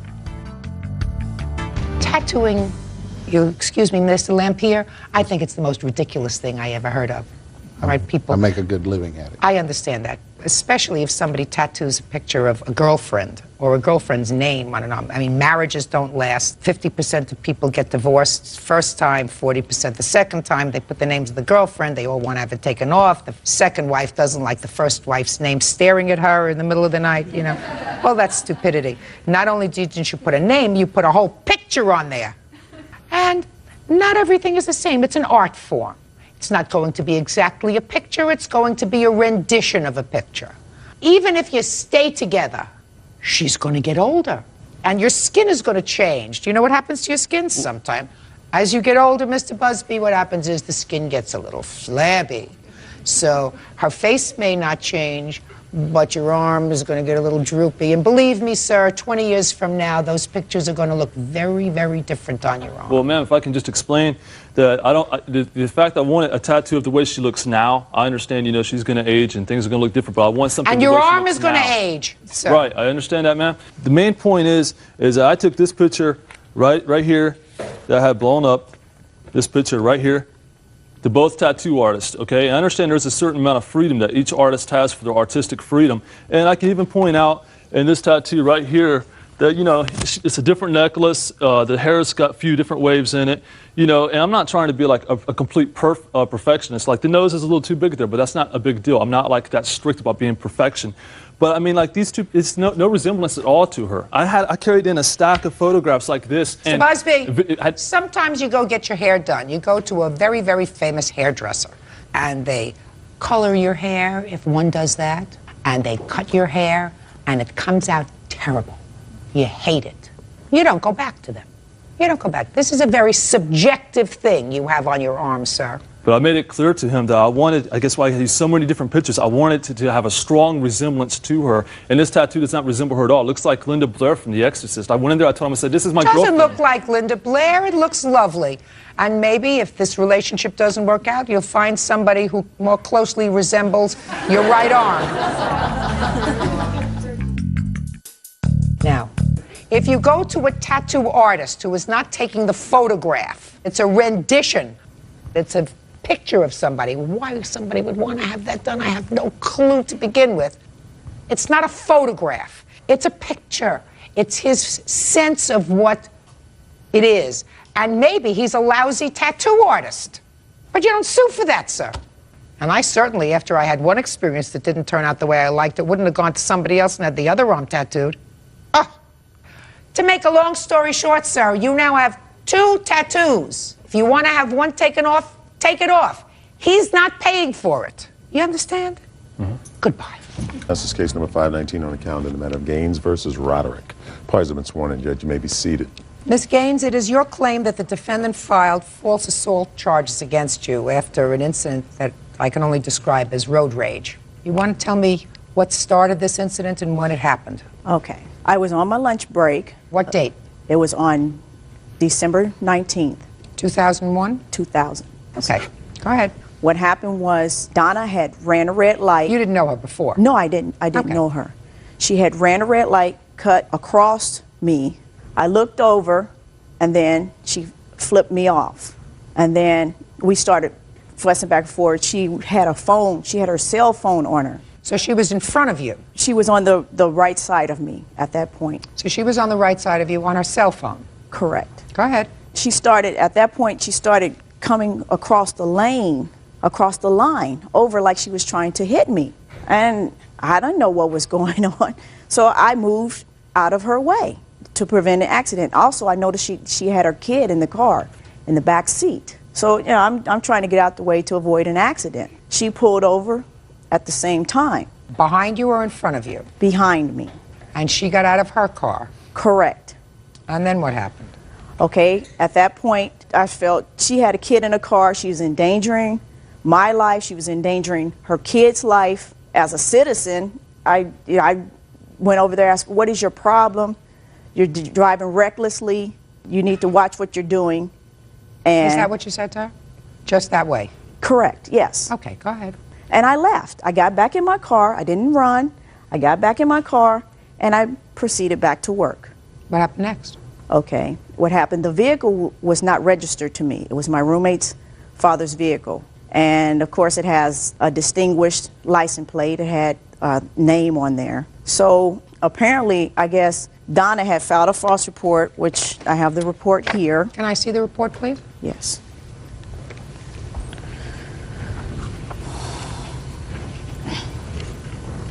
Okay, go ahead. Keep going. Okay. Donna had filed a false report, and apparently the detective was trying to find out who the vehicle belonged to.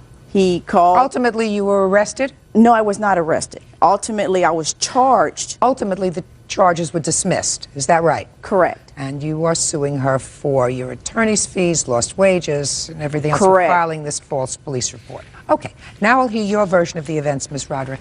Okay, Your Honor. First of all, I did not run a red light because where I pulled out of, there was no red light. It was a stop sign.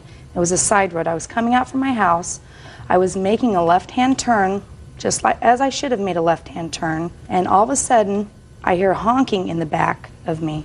That's incorrect. I don't want you to interrupt her. Okay. I heard honking in the back of me. I'd had my 3-year-old son with me. I was in the left lane, and she was behind me honking. I then pulled to the right lane to let her pass because she was obviously aggravated, honking her horn. Don't interrupt her. You're interrupting. Okay. I moved into the right lane to let her pass. Figured she was in a hurry, you know. And then she didn't pass me. She stayed next to my car, and she was the one flipping me off. I couldn't hear what she was saying, but it was obvious that what she was saying was foul language, flipping me off. She then tried to put her car into my lane. I then slowed down. She then proceeded, she got in front of me, and this is while traffic is moving along us. She slowed down And then she stopped her car in the middle of traffic, in the middle of the lane. She stopped in front of me. I couldn't pull to the side of the road because there's a sidewalk, there's no space to pull over. She then rushed out of her car. I had my cell phone because I was going to call the police. She came rushing out of her car towards my car. I have my 3-year-old son in the car. I got out of my car because I didn't know at this point she'd tried to run me off of the road. I thought she was crazy already at this point. I got out of the car. I told her that she needed to get back in the car. I was going to call the police. If you were afraid of me, why didn't you drive off? I don't talk. Ms. Gaines, because you were with a phone. You were in front She was in front of me. Don't answer her. This is interesting. She was in front of me, or I would have gotten away from her. There is Don't a respond reverse to on her. your car. You're demonstrating that you have a bad temper. Okay. So you're not helping yourself. Okay. Do you understand what I'm saying to you? Yes, I understand. Good. So now you're up to the point where you have your cell phone and you're going to call the police. Yes, and I told her if she, and we were in the middle of the street, traffic was going by, we were both in danger, and I was worried about my 3-year-old son in the car because we were right in the lane. I told her if she did not get back in her car and get going, I was going to call the police. She was in my face, threatening me, you don't know who you're messing with, and I attempted to call the police. She then tried to grab my cell phone from me. How did she do that? Well, she went to grab it, but it wasn't, I didn't let go of it. I pulled it back. Okay. At this point, she was then screaming. She grabbed me by the hair, pulled my hair, still cussing at me, and then she hit me in the forehead. At this point, I was scared. My son was crying. He was very upset. She got in her car and took off. I was very shaken, and I kept going. I pulled over when I could, and I'm on the phone trying to dial the police to let them know I'd just been assaulted. And I'm talking to the police, and I see a lady pulled over on the side of the road. She's waving at me, come here, and I then pulled up to this lady, and she asked me, are you okay? I saw everything. I got her license plate number for you, because it happened so quick. I was just stressed out. I was nervous. Luckily, the witness that I didn't know, she had saw everything. She gave me the license plate number. She was running late for an appointment, but she did leave her phone number for me in case she needed to be a witness in this. You have a police report? Yes, I do. May I see it, please? May I say something else later? Well, this totally independent witness who did stop to give the defendant her name, her telephone number, was very clear in the statement that she gave to the police. The police interviewed her via telephone. She indicated that she saw you get out of the front of your car, which was pulled in front of hers, and the two of you began to argue. Then you, who had gotten out of the front car, hit the other female in the face with her hand, and then you ran back to your car and fled the scene. Real cases, real people. Judge Judy. Valerie Gaines says she was arrested when Donna Roderick filed a false report with police. Donna says Valerie attacked her in a fit of road rage. So here we have a witness who clearly says she observed you do, Ms. Gaines, exactly what the defendant said that you did, which was to assault her. Just a second, I have some questions. Oh, you want to tell me something? I'll hear you. Then I'll ask you my questions. Okay. I saw a lady or a person that was in a vehicle about 3 light poles away. In the statement, it should have showed, because I believe it's on there, she was looking through her rearview mirror. So what? We were parallel to her. She could not even see my back. Don't tell me what you couldn't see. That's what you told the police. Okay. That's what you put in the police report. Okay. Can't tell me what you could or could not see. And if I hit her, did she make a downward movement? Because if I would have hit her, she wouldn't have stayed in her standing Ms. Gaines, upright. I don't know what you would have done, what you could have done when you hit her, Ms. Right. Gaines. Correct. So now I have a few I did questions not. for you. Okay. When were you supposed to go to trial on this case? Okay. The first date? The first day I was supposed to go, I guess, January 24th. I did not know because Just a second. Okay. Did you retain an attorney? I retained an attorney after I had went through 2 different, I went to court. Yeah, 2 times I had to go to court. And then at that time, I decided to obtain a lawyer. Just 1 second. You went to court once, and you asked for an adjournment to get a lawyer. I don't understand you, Judge Judy. You asked for an adjournment to get a lawyer, and then you came back to court, and you didn't have a lawyer. So you asked for another postponement to get a lawyer? No. Well, what did you go to court twice for, Miss Gaines? Okay. The first time I had to go to court, there was a bench warrant placed on me. So now you got a bench warrant and you appear. Okay. Correct. So you appear. And what happened when you appeared? What did the judge tell you? I can't remember exactly. Judge tell you that you should get a lawyer. Well, yes, I think. Okay. Now, then you went back to court the second time. Did you come back to court the second time with or without a lawyer? No, I did not. What do you mean, no, you did not? I don't understand what that means. You did not come back with a lawyer. I felt that it was a frivolous case, and I was Pay hoping attention that to my question. Yes. You were No, I told to didn't. come back with a lawyer, and you did not come back with a lawyer. No, I did not. And then the judge said to you, I told you to come back with a lawyer. I'm going to postpone the case again and come back with a lawyer.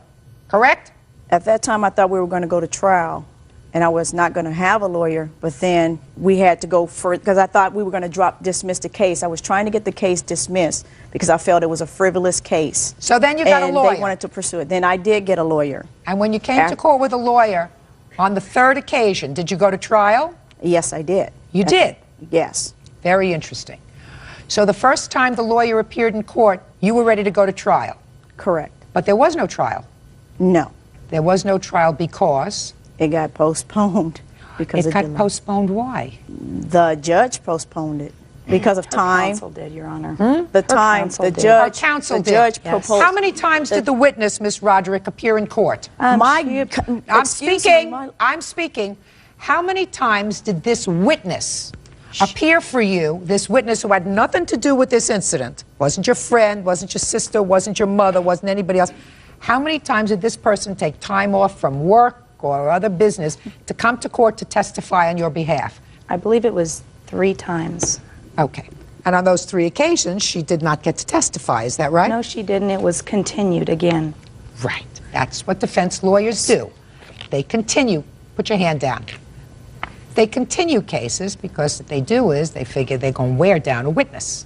And eventually, this Good Samaritan witness is going to get fed up with taking time off from work to come to testify at this trial. I believe that's exactly what happened. Well, I don't know whether it's exactly what happened or not, but it's probably pretty close. In any event, Ms. Gaines, you have absolutely no civil case against the defendant. Excuse me, Your Honor? Absolutely none.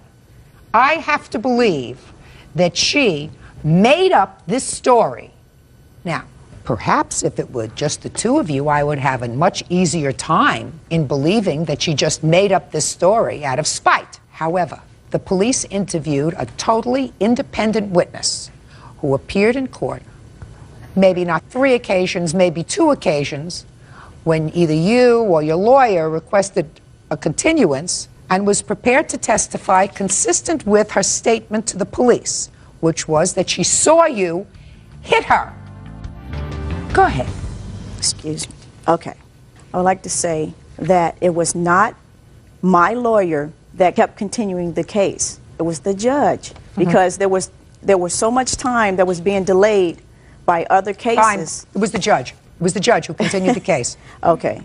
And the main thing was I was found not guilty. No, you weren't. You never went to trial. I did go to trial. I was found not guilty. Here's a deposition. I was found not guilty. So you did go to trial with just the 2 of you testifying, yes, and but we not the witness. testified. Exactly. The witness had missed work enough. Okay. I missed work too. Also, I have stress. You hit her. I missed stress. I did not hit her. Yes, you did. Yes, you did. I did not hit this woman. Yes, you did. I did not touch her. I don't know what her problem is. I just Miss Roderick, I am not prepared to say, based upon what I have read today, you were not found innocent. You were not found innocent. That disposition says I was found not guilty. That's what it says. There is a difference between innocent and not guilty. The not guilty says that the district attorney took the case to trial because the district attorney felt that there was sufficient evidence to go to trial. And after trial, either the court or if there was a jury found that the district attorney had not sustained their burden beyond a reasonable doubt, which is clearly not the standard of proof in a civil trial. Civil trial, in this trial, the quantum of proof is a preponderance of evidence, which is more evidence than not. Okay. Clearly, the police had absolute justification for issuing a bench warrant for you. There is an independent witness who unfortunately didn't show up for the 3rd time for trial, who told the police that she saw you hit her. So you have no case, Miss Gaines. How far away Your case was is she? dismissed. How far I have no away? idea. She's not here. What? That's all. Oh, I'm railroaded. I've been Step out. railroaded. I can't believe this. I'm glad that Judge Judy was able to see through her. I've lost a lot of money.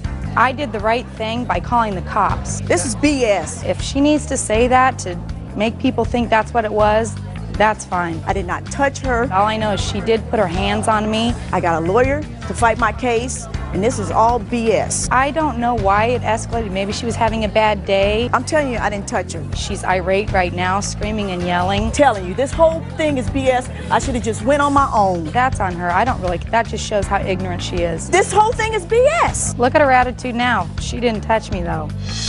And now the next case. All parties in the matter of Phillips versus Crane. Step forward. 21-year-old car service writer Billy Phillips is suing his ex-girlfriend, 21-year-old receptionist Emily Crane, for a down payment on a car. Emily says Billy took the vehicle back.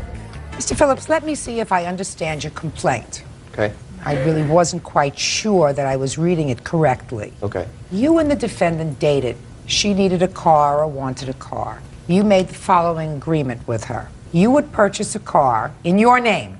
Correct. You put down the deposit, which was $1,000, Correct. and you were going to take care of the expenses on the car until she turned 21. That is correct. And when she turned 21, she would take over all of the payments and give you your $1,000. Correct. Before she turned 21, the two of you broke up. Yes. So after you broke up, you went and took back the car Correct. before she was 21. Yes. In the beginning Now of... you have possession of the car, Correct. and you want her to pay you the $1,000 deposit. Correct. Are you nuts?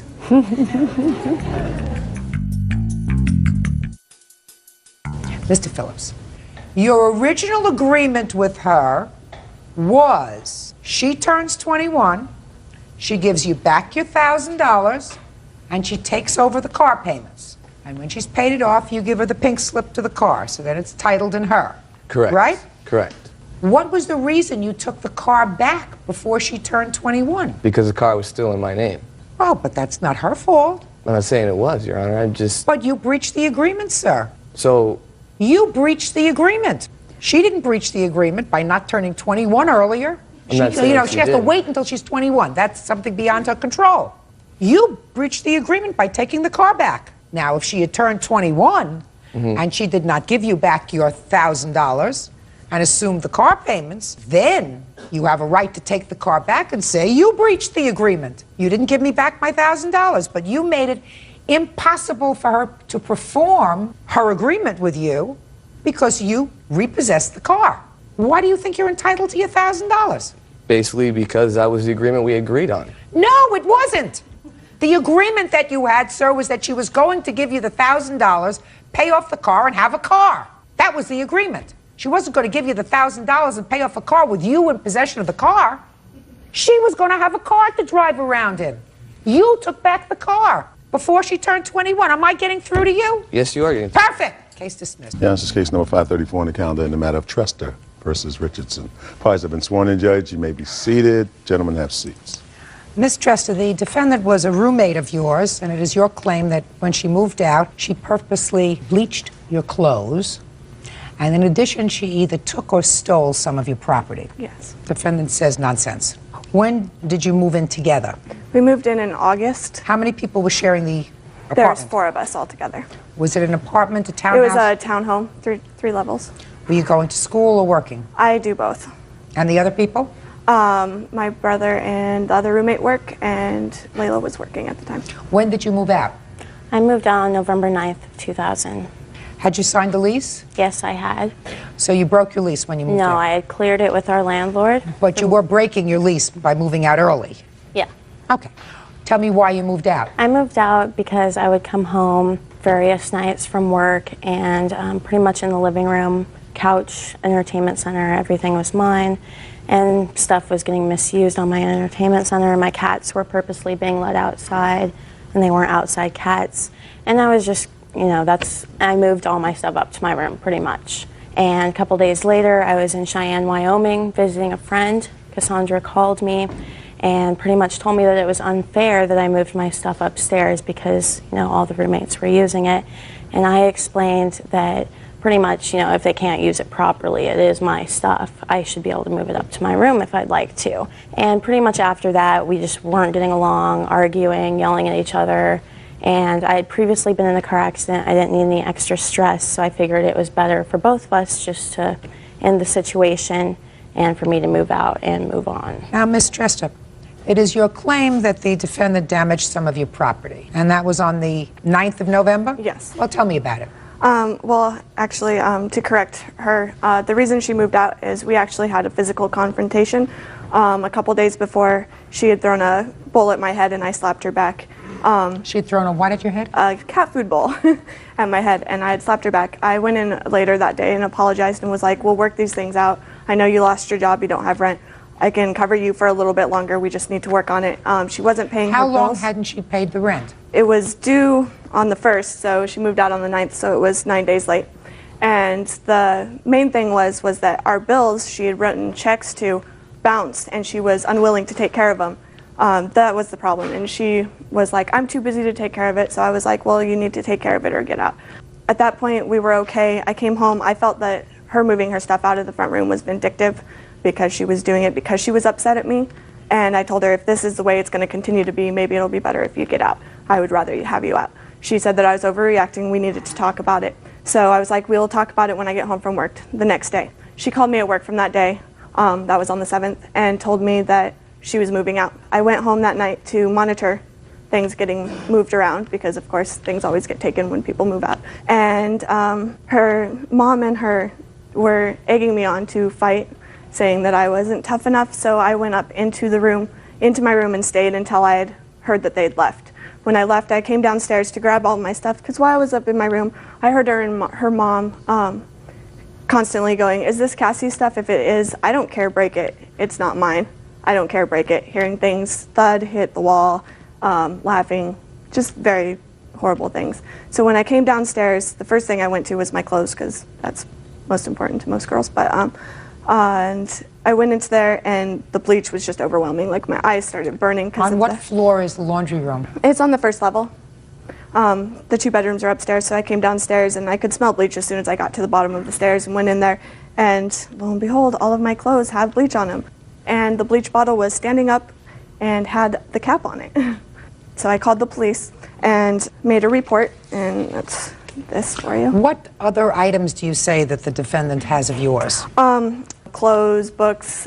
She had also borrowed a bunch of things from me because I always was open to letting her borrow whatever she wanted as long as she returned it. And I'd asked for her to give that stuff back before she moved out. And she said that she would and never did.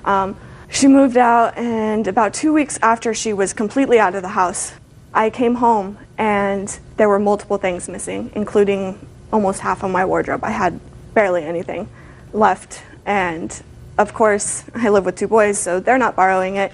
And she still had the keys at that time that she was unwilling to give because she stated that she was still on the lease until I got a new person on the lease, and she was entitled to come over. I'll hear you. Thank you. Actually, the night we were moving out, about a couple days before, about me throwing a cat bowl. I don't care about cat bowl. I care about her bleached clothing. Yeah, the night we were moving out, I had quite a few friends over helping me pack, and my own mother. And my mom had gone in the bathroom saying, you know, is any of this stuff yours, Layla? And I said, the bleach is mine, but there's not enough to even worry about taking. There was probably like an inch left in the bottle, so I wasn't even going to worry about it. And I also, if you would like to look at it, my mom was supposed to be my witness today, because in the police report you can see that Cassie actually said my mother bleached her clothes. I don't care if it was her mother or if it was you or one of the friends that you brought over. Okay. Madam, you're responsible. Okay. I mean, that's easy. Nobody bleaches their own clothes. Can I make another point, please? Just a second. Nobody bleaches their own clothes. And if you just said to me, I was there with my mother and some other of my friends who came to help me move, it's clear to me that she did not bleach her own clothes. So either you bleached her clothes. I can't imagine your mother being immature enough to bleach her clothes, but maybe one of your friends. Maybe your mother, when she got annoyed and she said, is this bleach yours? And you said, yes, but it's not worth taking because There's only an inch left in it, and she said, fine, and poured it out. Something like that, but you're responsible for her clothes. Next. Real cases, real people. Judge Judy. Cassandra Trester says ex-roommate Layla Richardson owes for bleaching her clothes. Cassandra also claims that while moving out, Layla stole her belongings. You have any of her clothing? No, I don't. I'm going to say it again. Do you have any of her clothing? No, I don't, ma'am. And can I just say one more thing about Sure. when I was moving out? We were moving out, and I got my stuff in trucks to go to the storage unit to put in there, and it was about 8:30, and we were walking right past that bathroom. I didn't smell any bleach. I am really unaware of what happened, honestly. If you can look at the police report, that would be great. Why would you think she would bleach her own clothes? I really don't know, but... Now, what's the value of the clothing that was bleached and destroyed? Sorry, I don't have it all added. I have it all added in between. Okay, let me have it. Turtleneck, which was $80. Trans 9 pants, $80 as well. Long sleeve blue shirt, just $20. Pair of jeans, $50. Black short sleeve shirt worth $20. Blue Chinese writing shirt, which is $30. A black sweater, which is $30, and pajama bottoms worth $10. $320. Now, you have no direct proof that she stole anything from your house. Actually, I do. I'd like to hear the proof. Jeremy called me and was like, Layla just came over. Jeremy. What's your last name? Skog. Okay. How do you know these people? At the time, I was Layla's best friend and also a very good friend of Cassie's. Okay. I was there with Layla helping her move her things out. What Cassie said about Layla taking different articles of her clothing, or I'm sorry, different things out of the kitchen and stuff, is this Cassie's, okay, then break it. That is correct. That happened several times throughout the night. I went into the bathroom to go to the bathroom, and I recall there being a strong odor of cat litter, and I actually mentioned something about that. After I left the bathroom, only 2 people went into the bathroom before Cassie found the bleach, which was Layla and her mother. Later that night, after everything had happened, right after the police officer had called me, Layla called me and said, please don't say that my mom and I did it. I swear I had nothing to do with it. Please don't say that my mom and I did it. I told her I'd already talked to the police officer and that I said I wasn't positive that she had done it, but that I had told the police officer that the only 2 people in the bathroom were Layla and her mother. A couple days later, she called me and said, I want you to see how cute I look today. Can I come over? I said, absolutely. She came over and she was wearing the purple floral skirt of Cassie's that she had lost and the gray New York sweater. And yeah, just a second. Yes? I'm sorry, I obviously didn't steal any of her clothes. Well, let's talk about that particular outfit. He's not lying. He's telling me the truth. Okay. He's telling me the truth. That's what he saw you wearing. Okay, well, actually, I don't have a pink floral skirt or anything. You don't have one that belongs to you. Correct. No, I don't wear skirts, ma'am. Listen to me. I don't have her clothes. He's not lying to me. How do I know that? I don't share my secrets, but I know that he's not lying to me. And then I believe almost every day that week, she had come over wearing something that I recognized as Cassie's. The gray New York sweatshirt that she was wearing, or the sweater vest that she was wearing at the time, actually was one of the reasons that these 2 were fighting, was because Cassie, it was her favorite sweater, and she'd asked for it back several times, and Layla refused. Every time we went to Layla's house that she was wearing it, she would take it off before we even went into the house so that Cassie didn't see it. Layla has her lip and her eyebrow pierced. She had Cassie's horseshoe barbell in her lip and a barbell in her eyebrow as well, which belonged to Cassandra as well. I've seen her in the clothes several times. High marks for having places to put those. Actually, I don't have that many places. They're extra for my belly button. She used them for her eyebrow ring. I'll hear your witness. You have a witness? Yes, Is that why you his brought name this is person? No, he was there the same night also. Okay, Steve, I've already decided that she or her mother bleached the clothes. So I want you to pass over the bleaching. I don't want you to waste your time with nonsense about the bleaching. She or her mother bleached the clothes. What do you know about any other clothes that are in Miss Richardson's possession that don't belong to her? Do you know anything about that? I do not. Good, then you may be seated. Miss Richardson. Yes? you're going to lie big. You don't lie over $500, which is what the plaintiff is suing for. She's suing for $500 for her clothes. The bleached clothes alone come to $320. I would give her the $500 just because you were nasty. But I found that you do, in fact, have other of her property that you decided for some reason to appropriate for your own use. I would suggest you better grow up. Judgment for the plaintiff in the amount of $500. That's all. Goodbye. And now the next case. All parties in the matter of Gladue versus Culpepper Sedgwick. Step forward, please. Administrative Assistant Heidi Gladue is suing her former friends, 23-year-old customer service rep Michelle Culpepper and 19-year-old customer service rep Wayne Sedgwick for trashing her belongings. Miss Gladue, for some reason, you were living with the defendants for a brief period of time with your daughter. This didn't work out. They asked you to leave. Is that right? That's correct.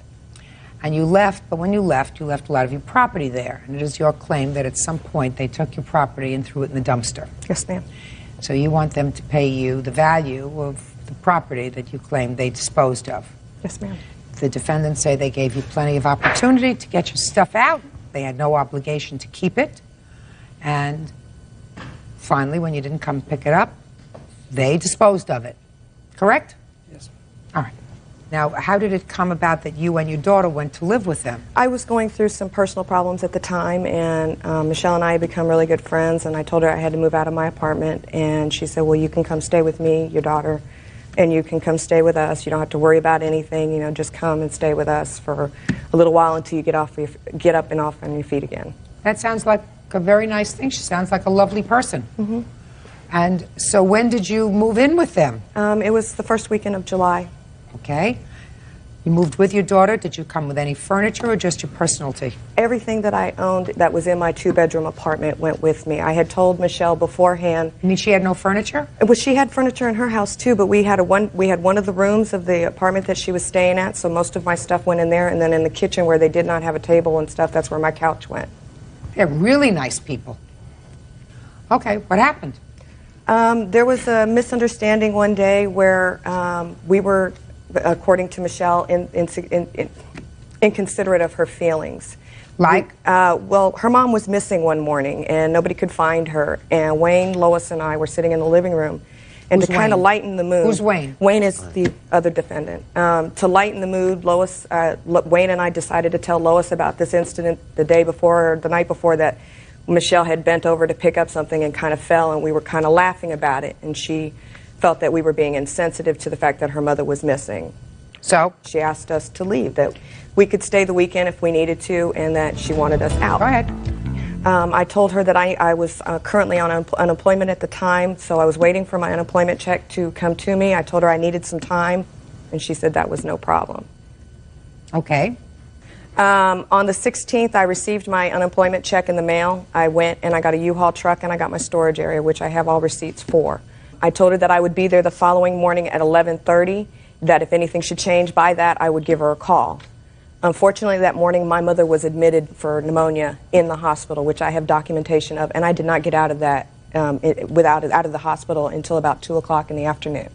I called her at work at about 3:30 and told her what was going on and that I would be there tomorrow at 11:30, and she said fine.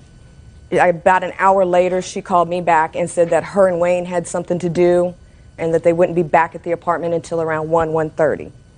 So I told her, fine, I'll be there between 1 and 1:30. So as far as I was concerned... On the 18th? On the 18th, that I would be there between 1 and 1:30.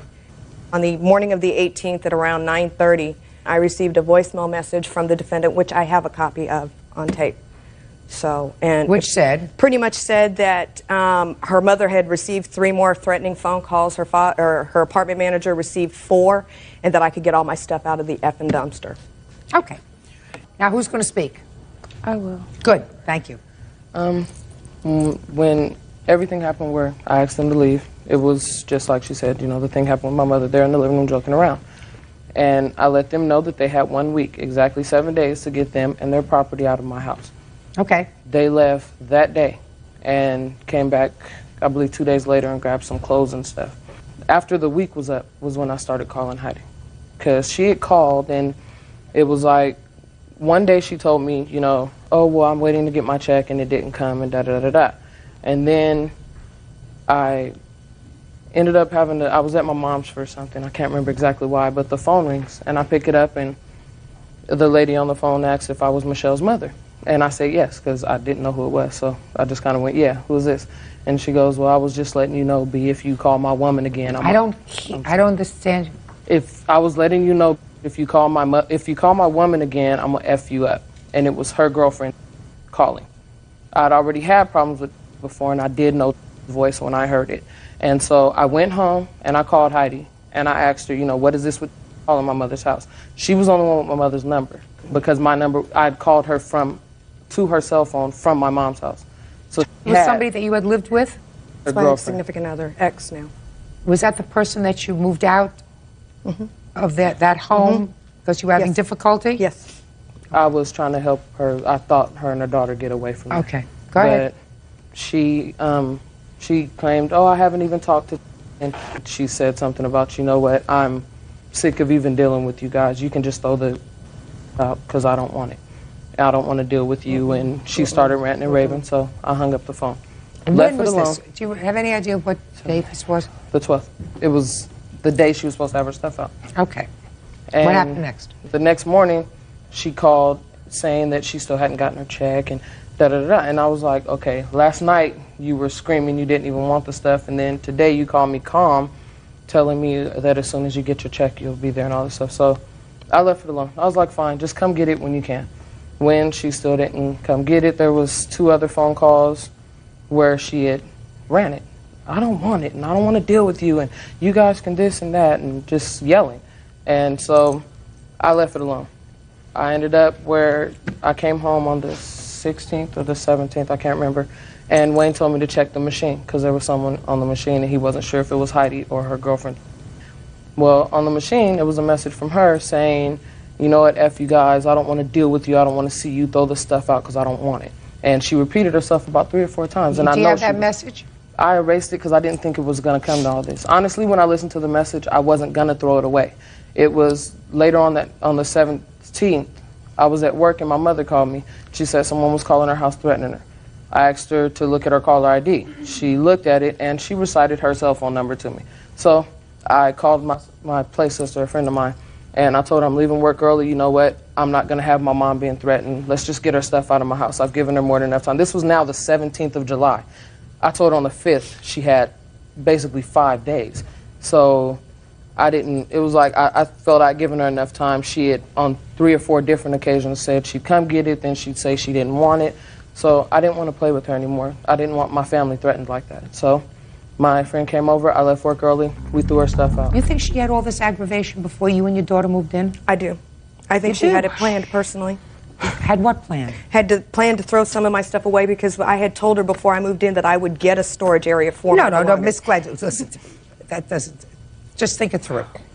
You think she invited you into her home for the purpose of throwing away your stuff? I don't think for throwing away. I don't think she threw away. I had a $2,000 entertainment center. I had a 27 color inch TV. I don't know anybody that would leave that stuff at their place. I had a bed. I had 2 beds there. Just a second. Did you call Salvation Army? I was going to until the threat to my mom was made. Ms. Gladys, bottom line, she has no responsibility to keep your stuff in the house. Right, but we had a verbal agreement for me to pick it up. She told me that I could, you know, she told me that I could keep my stuff there. I told her I was waiting for my check to come in the mail. Unfortunately, EDD took 10 days to get me my check. She's not responsible for your bad fortune. My question to you is, do you think she had this grief in her life with threats to her mother? I do think she had grief, but I was not responsible for those threats, ma'am. You were... I can't control somebody else who I'm not with. I haven't been with her. But she was riding in a car with when she was supposedly broke up with her. No, I was not.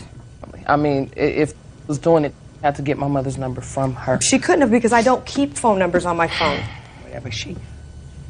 She had problems. She was trying to do the right thing. Miss Gladys, she is under no obligation to keep your property. She's not your mother. I never said she was. She was supposed to be a friend, and friends don't do that. She was a friend. A friend throws your stuff away when you have a verbal agreement to be there at 11:30 in the morning? I've said it, Miss Gladys. That's all. Your case is dismissed. And now the next case. All parties in the matter of Edmond versus Athanasados. Step forward, please. Postal worker Tracy Edmond is suing tattoo artist Alex Athanasatos for the cost of a tattoo removal. Tracy says Alex botched a tattoo of her late mother. Bird, don't get too comfortable. This is going to be a quick one. Yes. Miss Edmond, according to your complaint, the defendant is a tattoo artist. Yes. And you went to the defendant because you recently lost your mother? Yes.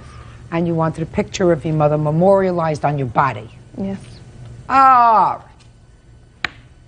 A picture on your dresser wouldn't have done? It would have. You're unhappy with the picture that he did, and you want him to pay thousands of dollars to have the picture removed. Is that right? Yes. First of all, do you want to show me the tattoo? Where's it, on your arm? Yes. Could you step up here?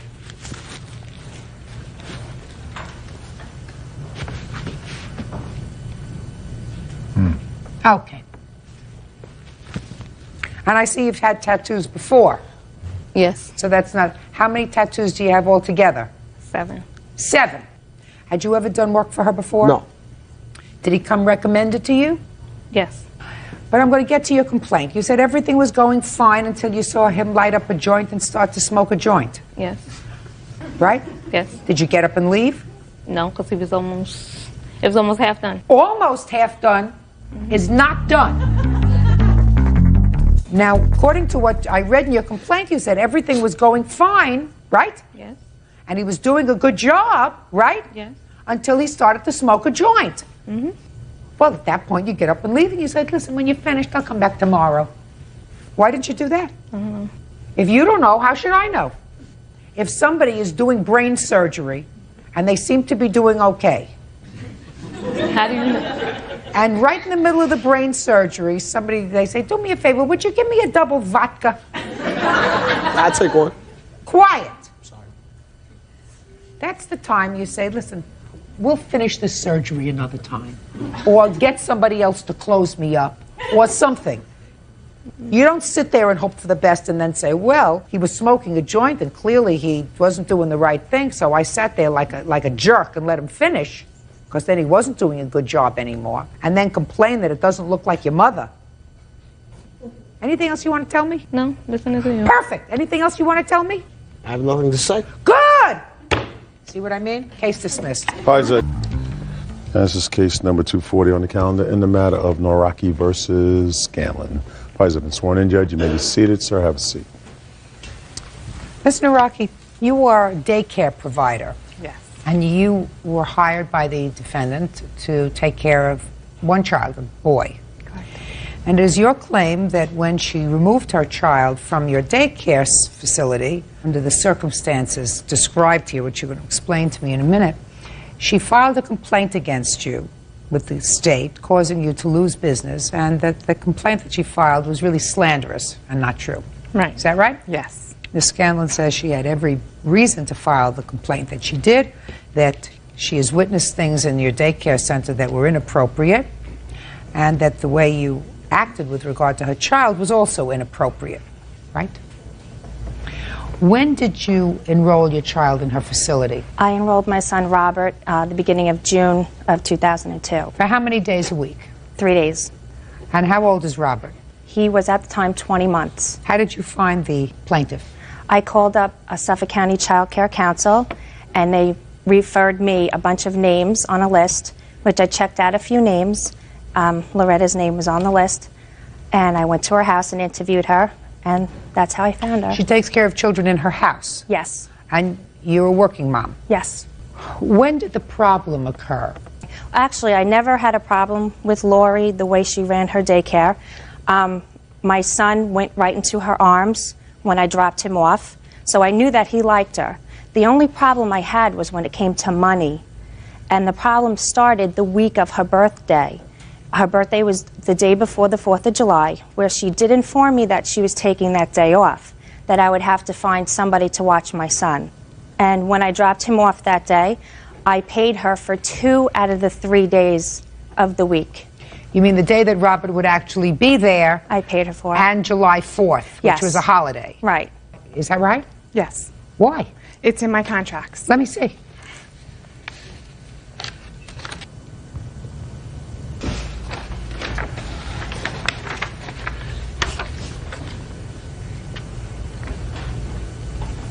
I want to see the signed one that she signed. She never gave it to me. I never then you don't have it. No. Then you don't have it. So you don't have a contract with her. No. She. Shh, just a second. Second of all, paragraph 7 of this is inconsistent. And I'm going to tell you why it's inconsistent, because it says the provider, that's you, will be paid for the following holidays. And you have Memorial Day, Labor Day, Thanksgiving Day, and the day after, Christmas Day and the day after, New Year's Eve and New Year's Day. But you also have July 3rd and 4th. In what almanac is July 3rd a holiday? It's not. It's the holidays I take. Well, you know, you'd expect to be paid for those days. Yes. When we sit down, when she came and I interviewed her, we go over this step by step. I don't have a contract that she signed.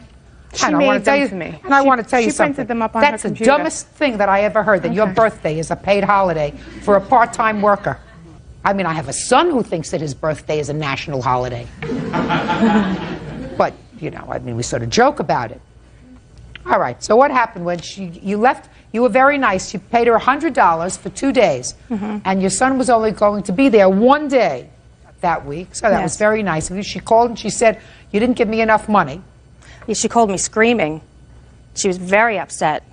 She told me that none of her other parents give her problems like I do. Who am I to pay her when I feel like paying her? And she told me to come and pick my son up now. So what did you do? I called my mother because I couldn't leave my job at the time, and my mom immediately went over to pick up Robert. That's not true at all. Well, tell me what happened. You called her. And I told her, before this, we've already had a discussion about money. Why? I get What kind of paid a discussion? A week before this, my husband was in the house, and she told me, Lori, do I have to pay you for your vacation in August? I said, yes, I get paid for my vacation in August. I've been doing this for 13 years. I've never had a parent argue with me over my vacation times. Everybody gets a vacation. I'm entitled to a vacation. Not you. Well, You're not. You don't run a daycare service. You don't run a business. You take care of children in your home. Yes, I do. There's a difference. If you had a nursery school and you wanted to go away on vacation and you had other people working for you who were going to cover these children for the 2 or 3 days a week that they were there, that's fine. That's not what you do. When you're not taking care of them in your house and they're still working, they have to hire somebody else to take care of their children, so they're paying twice. This is how This is how What I've kind run of it. this is? This is how I've run it for 13 years. I've never had a problem. Well, I've now never you had a problem. problem. Argue with me. I'm not suing her for the contract. Now you have a problem. Yes, I do. A big problem. Because instead of waiting for her to come home to pick up her child that day, you were angry enough to call her at work. Yes. Now, if I were a parent and I had a 20-month-old baby that you were watching that day, and you couldn't control yourself sufficiently to wait until she came home to pick up her child and say, look, let's sit down and talk about this, but was so angry that you called her at work, even if you didn't tell her to come and pick up her baby, I would have come and pick up my baby. I would have been there in a second. I would have said, I'm not leaving my baby with her. She's mad at me. I don't know if she's going to take this out on my baby or not. She can't control herself sufficiently to wait till I get home. I'm not taking a chance. Now, we don't have a contract. She gave you an extra day's pay that you weren't entitled to for July 4th, but she was a nice person. You wanted your birthday, too. As far as I'm concerned, you wouldn't get it. Is that what you called the state about? No, what I called the state about was how she reacted when my mother came to pick up my son and asked for my $100 back because she did not supply the service to me that I paid her for. I paid her at the beginning of the week to watch him for that day and for the holiday. So when my mother went to pick him up, she was standing at the door with him in her arms and the diaper bag, and my mother said to her, my daughter would like her $100 back. Is that what she said to you? Absolutely not. What First happened? of all, Well, your mother's not here, so she can tell me. Okay, first of all, she came up to my house fuming, banged on my door like she was going to knock it down. Walked into my house, told me to give her grandson. I said, he's all packed up, he's ready to go. I was just about to say, you know what, tell Stephanie to call me when she gets home. This is getting out of hand, this is ridiculous. For $50, this is ridiculous. When she called me an effing, she said, give me my daughter's $100 bucks, cursing. I said, let me tell you something, I have kids here, My daughters are here. She goes, yeah, I have cops in my family. You better keep an eye on those girls, meaning my daughters. Now I got frantic. I said, you know what? You need to leave. She goes, I'll leave when I'm ready to leave. I said, you need to leave now. I picked up the phone to call the police. She walked out of the house. Next thing I know, the state is at my door. Judge Judy continues in a moment. She also said that I pushed her mother down the stairs with her son in her arms. From what my mother told me, she was a raving lunatic. Real cases, real people. Judge Judy.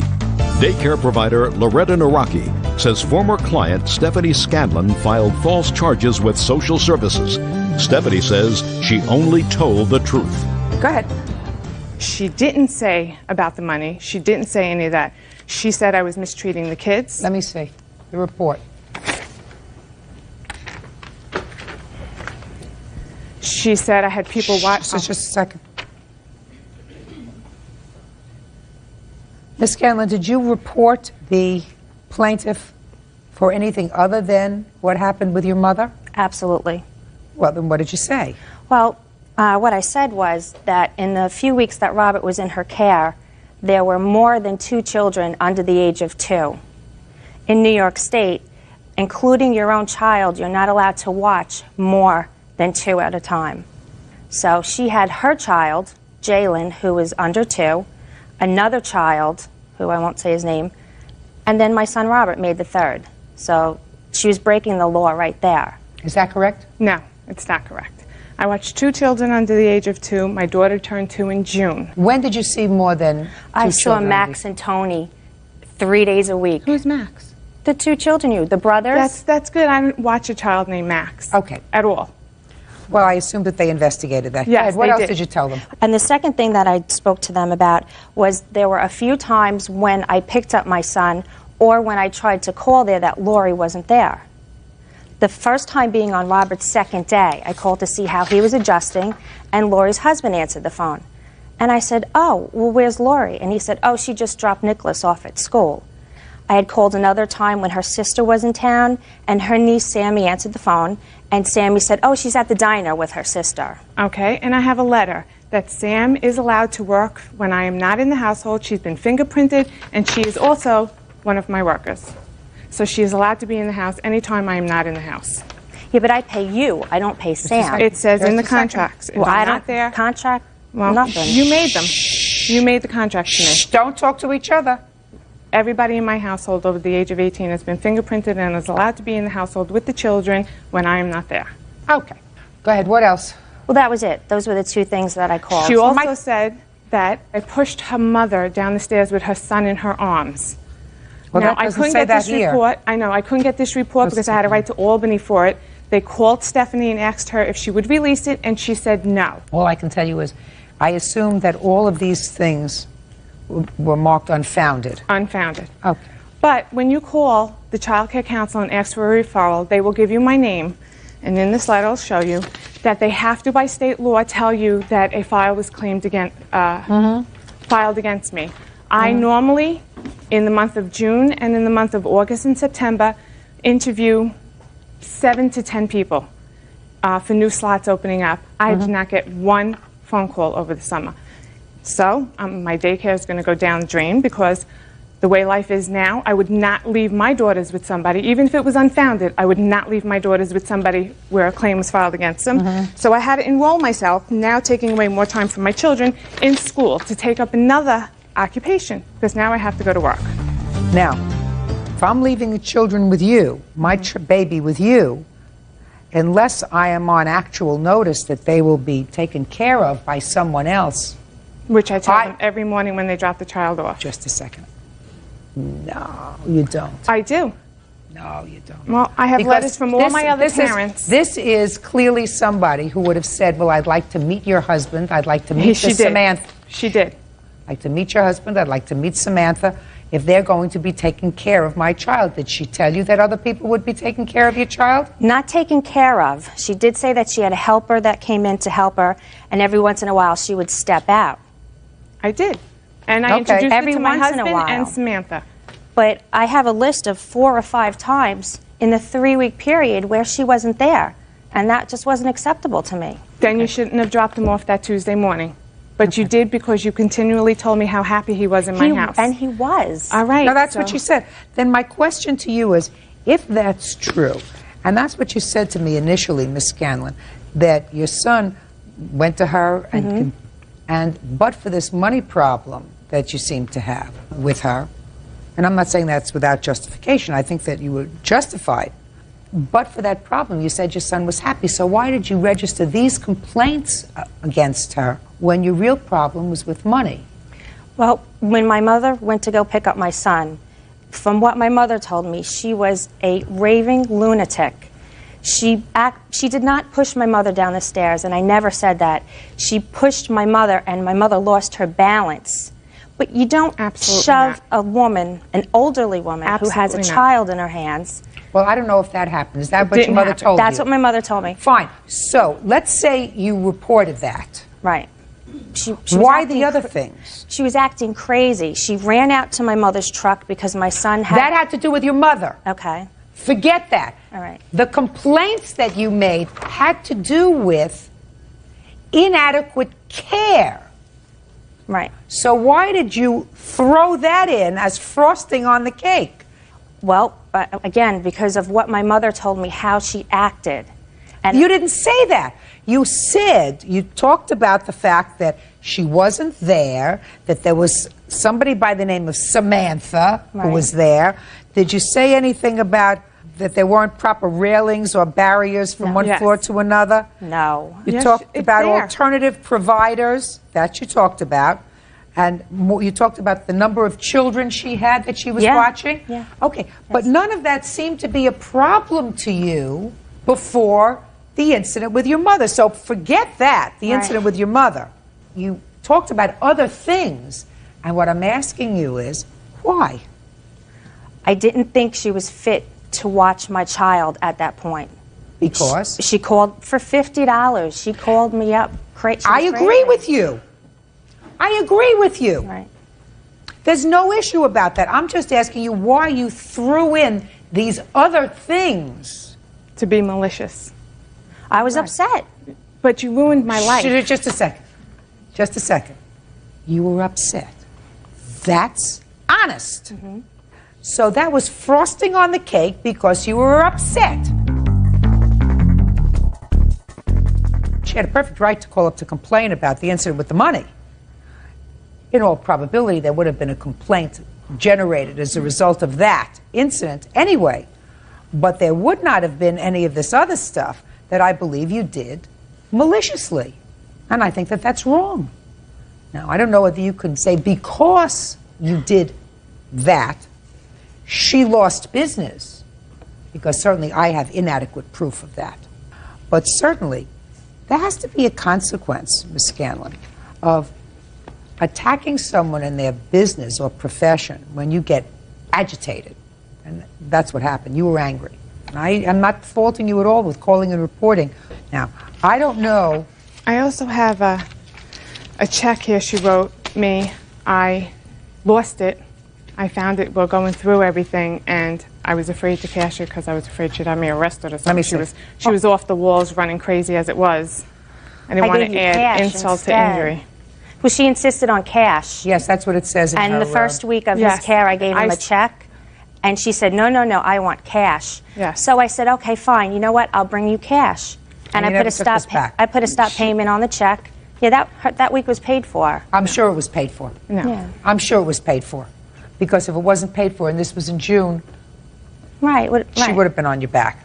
That's what happened. No, it's not what happened. Oh, you want to tell me your version of what happened? Yes, I lost the check. I lost it. Was I going to, tell her, write me another check? I lost the check. It was only the middle of June. She did all this July 3rd, July 2nd. Did she pay you by cash every other time? Every other time. Okay. Absolutely. Okay. I figured I'd find the check and cash it. All right. I don't take care of other people's children. I love what I do. I do it for a reason, to support my kids. If I get no other business coming in, the children I have now will be going to kindergarten in September. So I've just lost an entire business. I worked 13 years to get the reputation. I have letters from every single parent I worked for. Then those parents should be able to Refer me. Refer people to you. Absolutely. And Miss Scanlon, I believe that Miss Scanlon has to understand that she has to be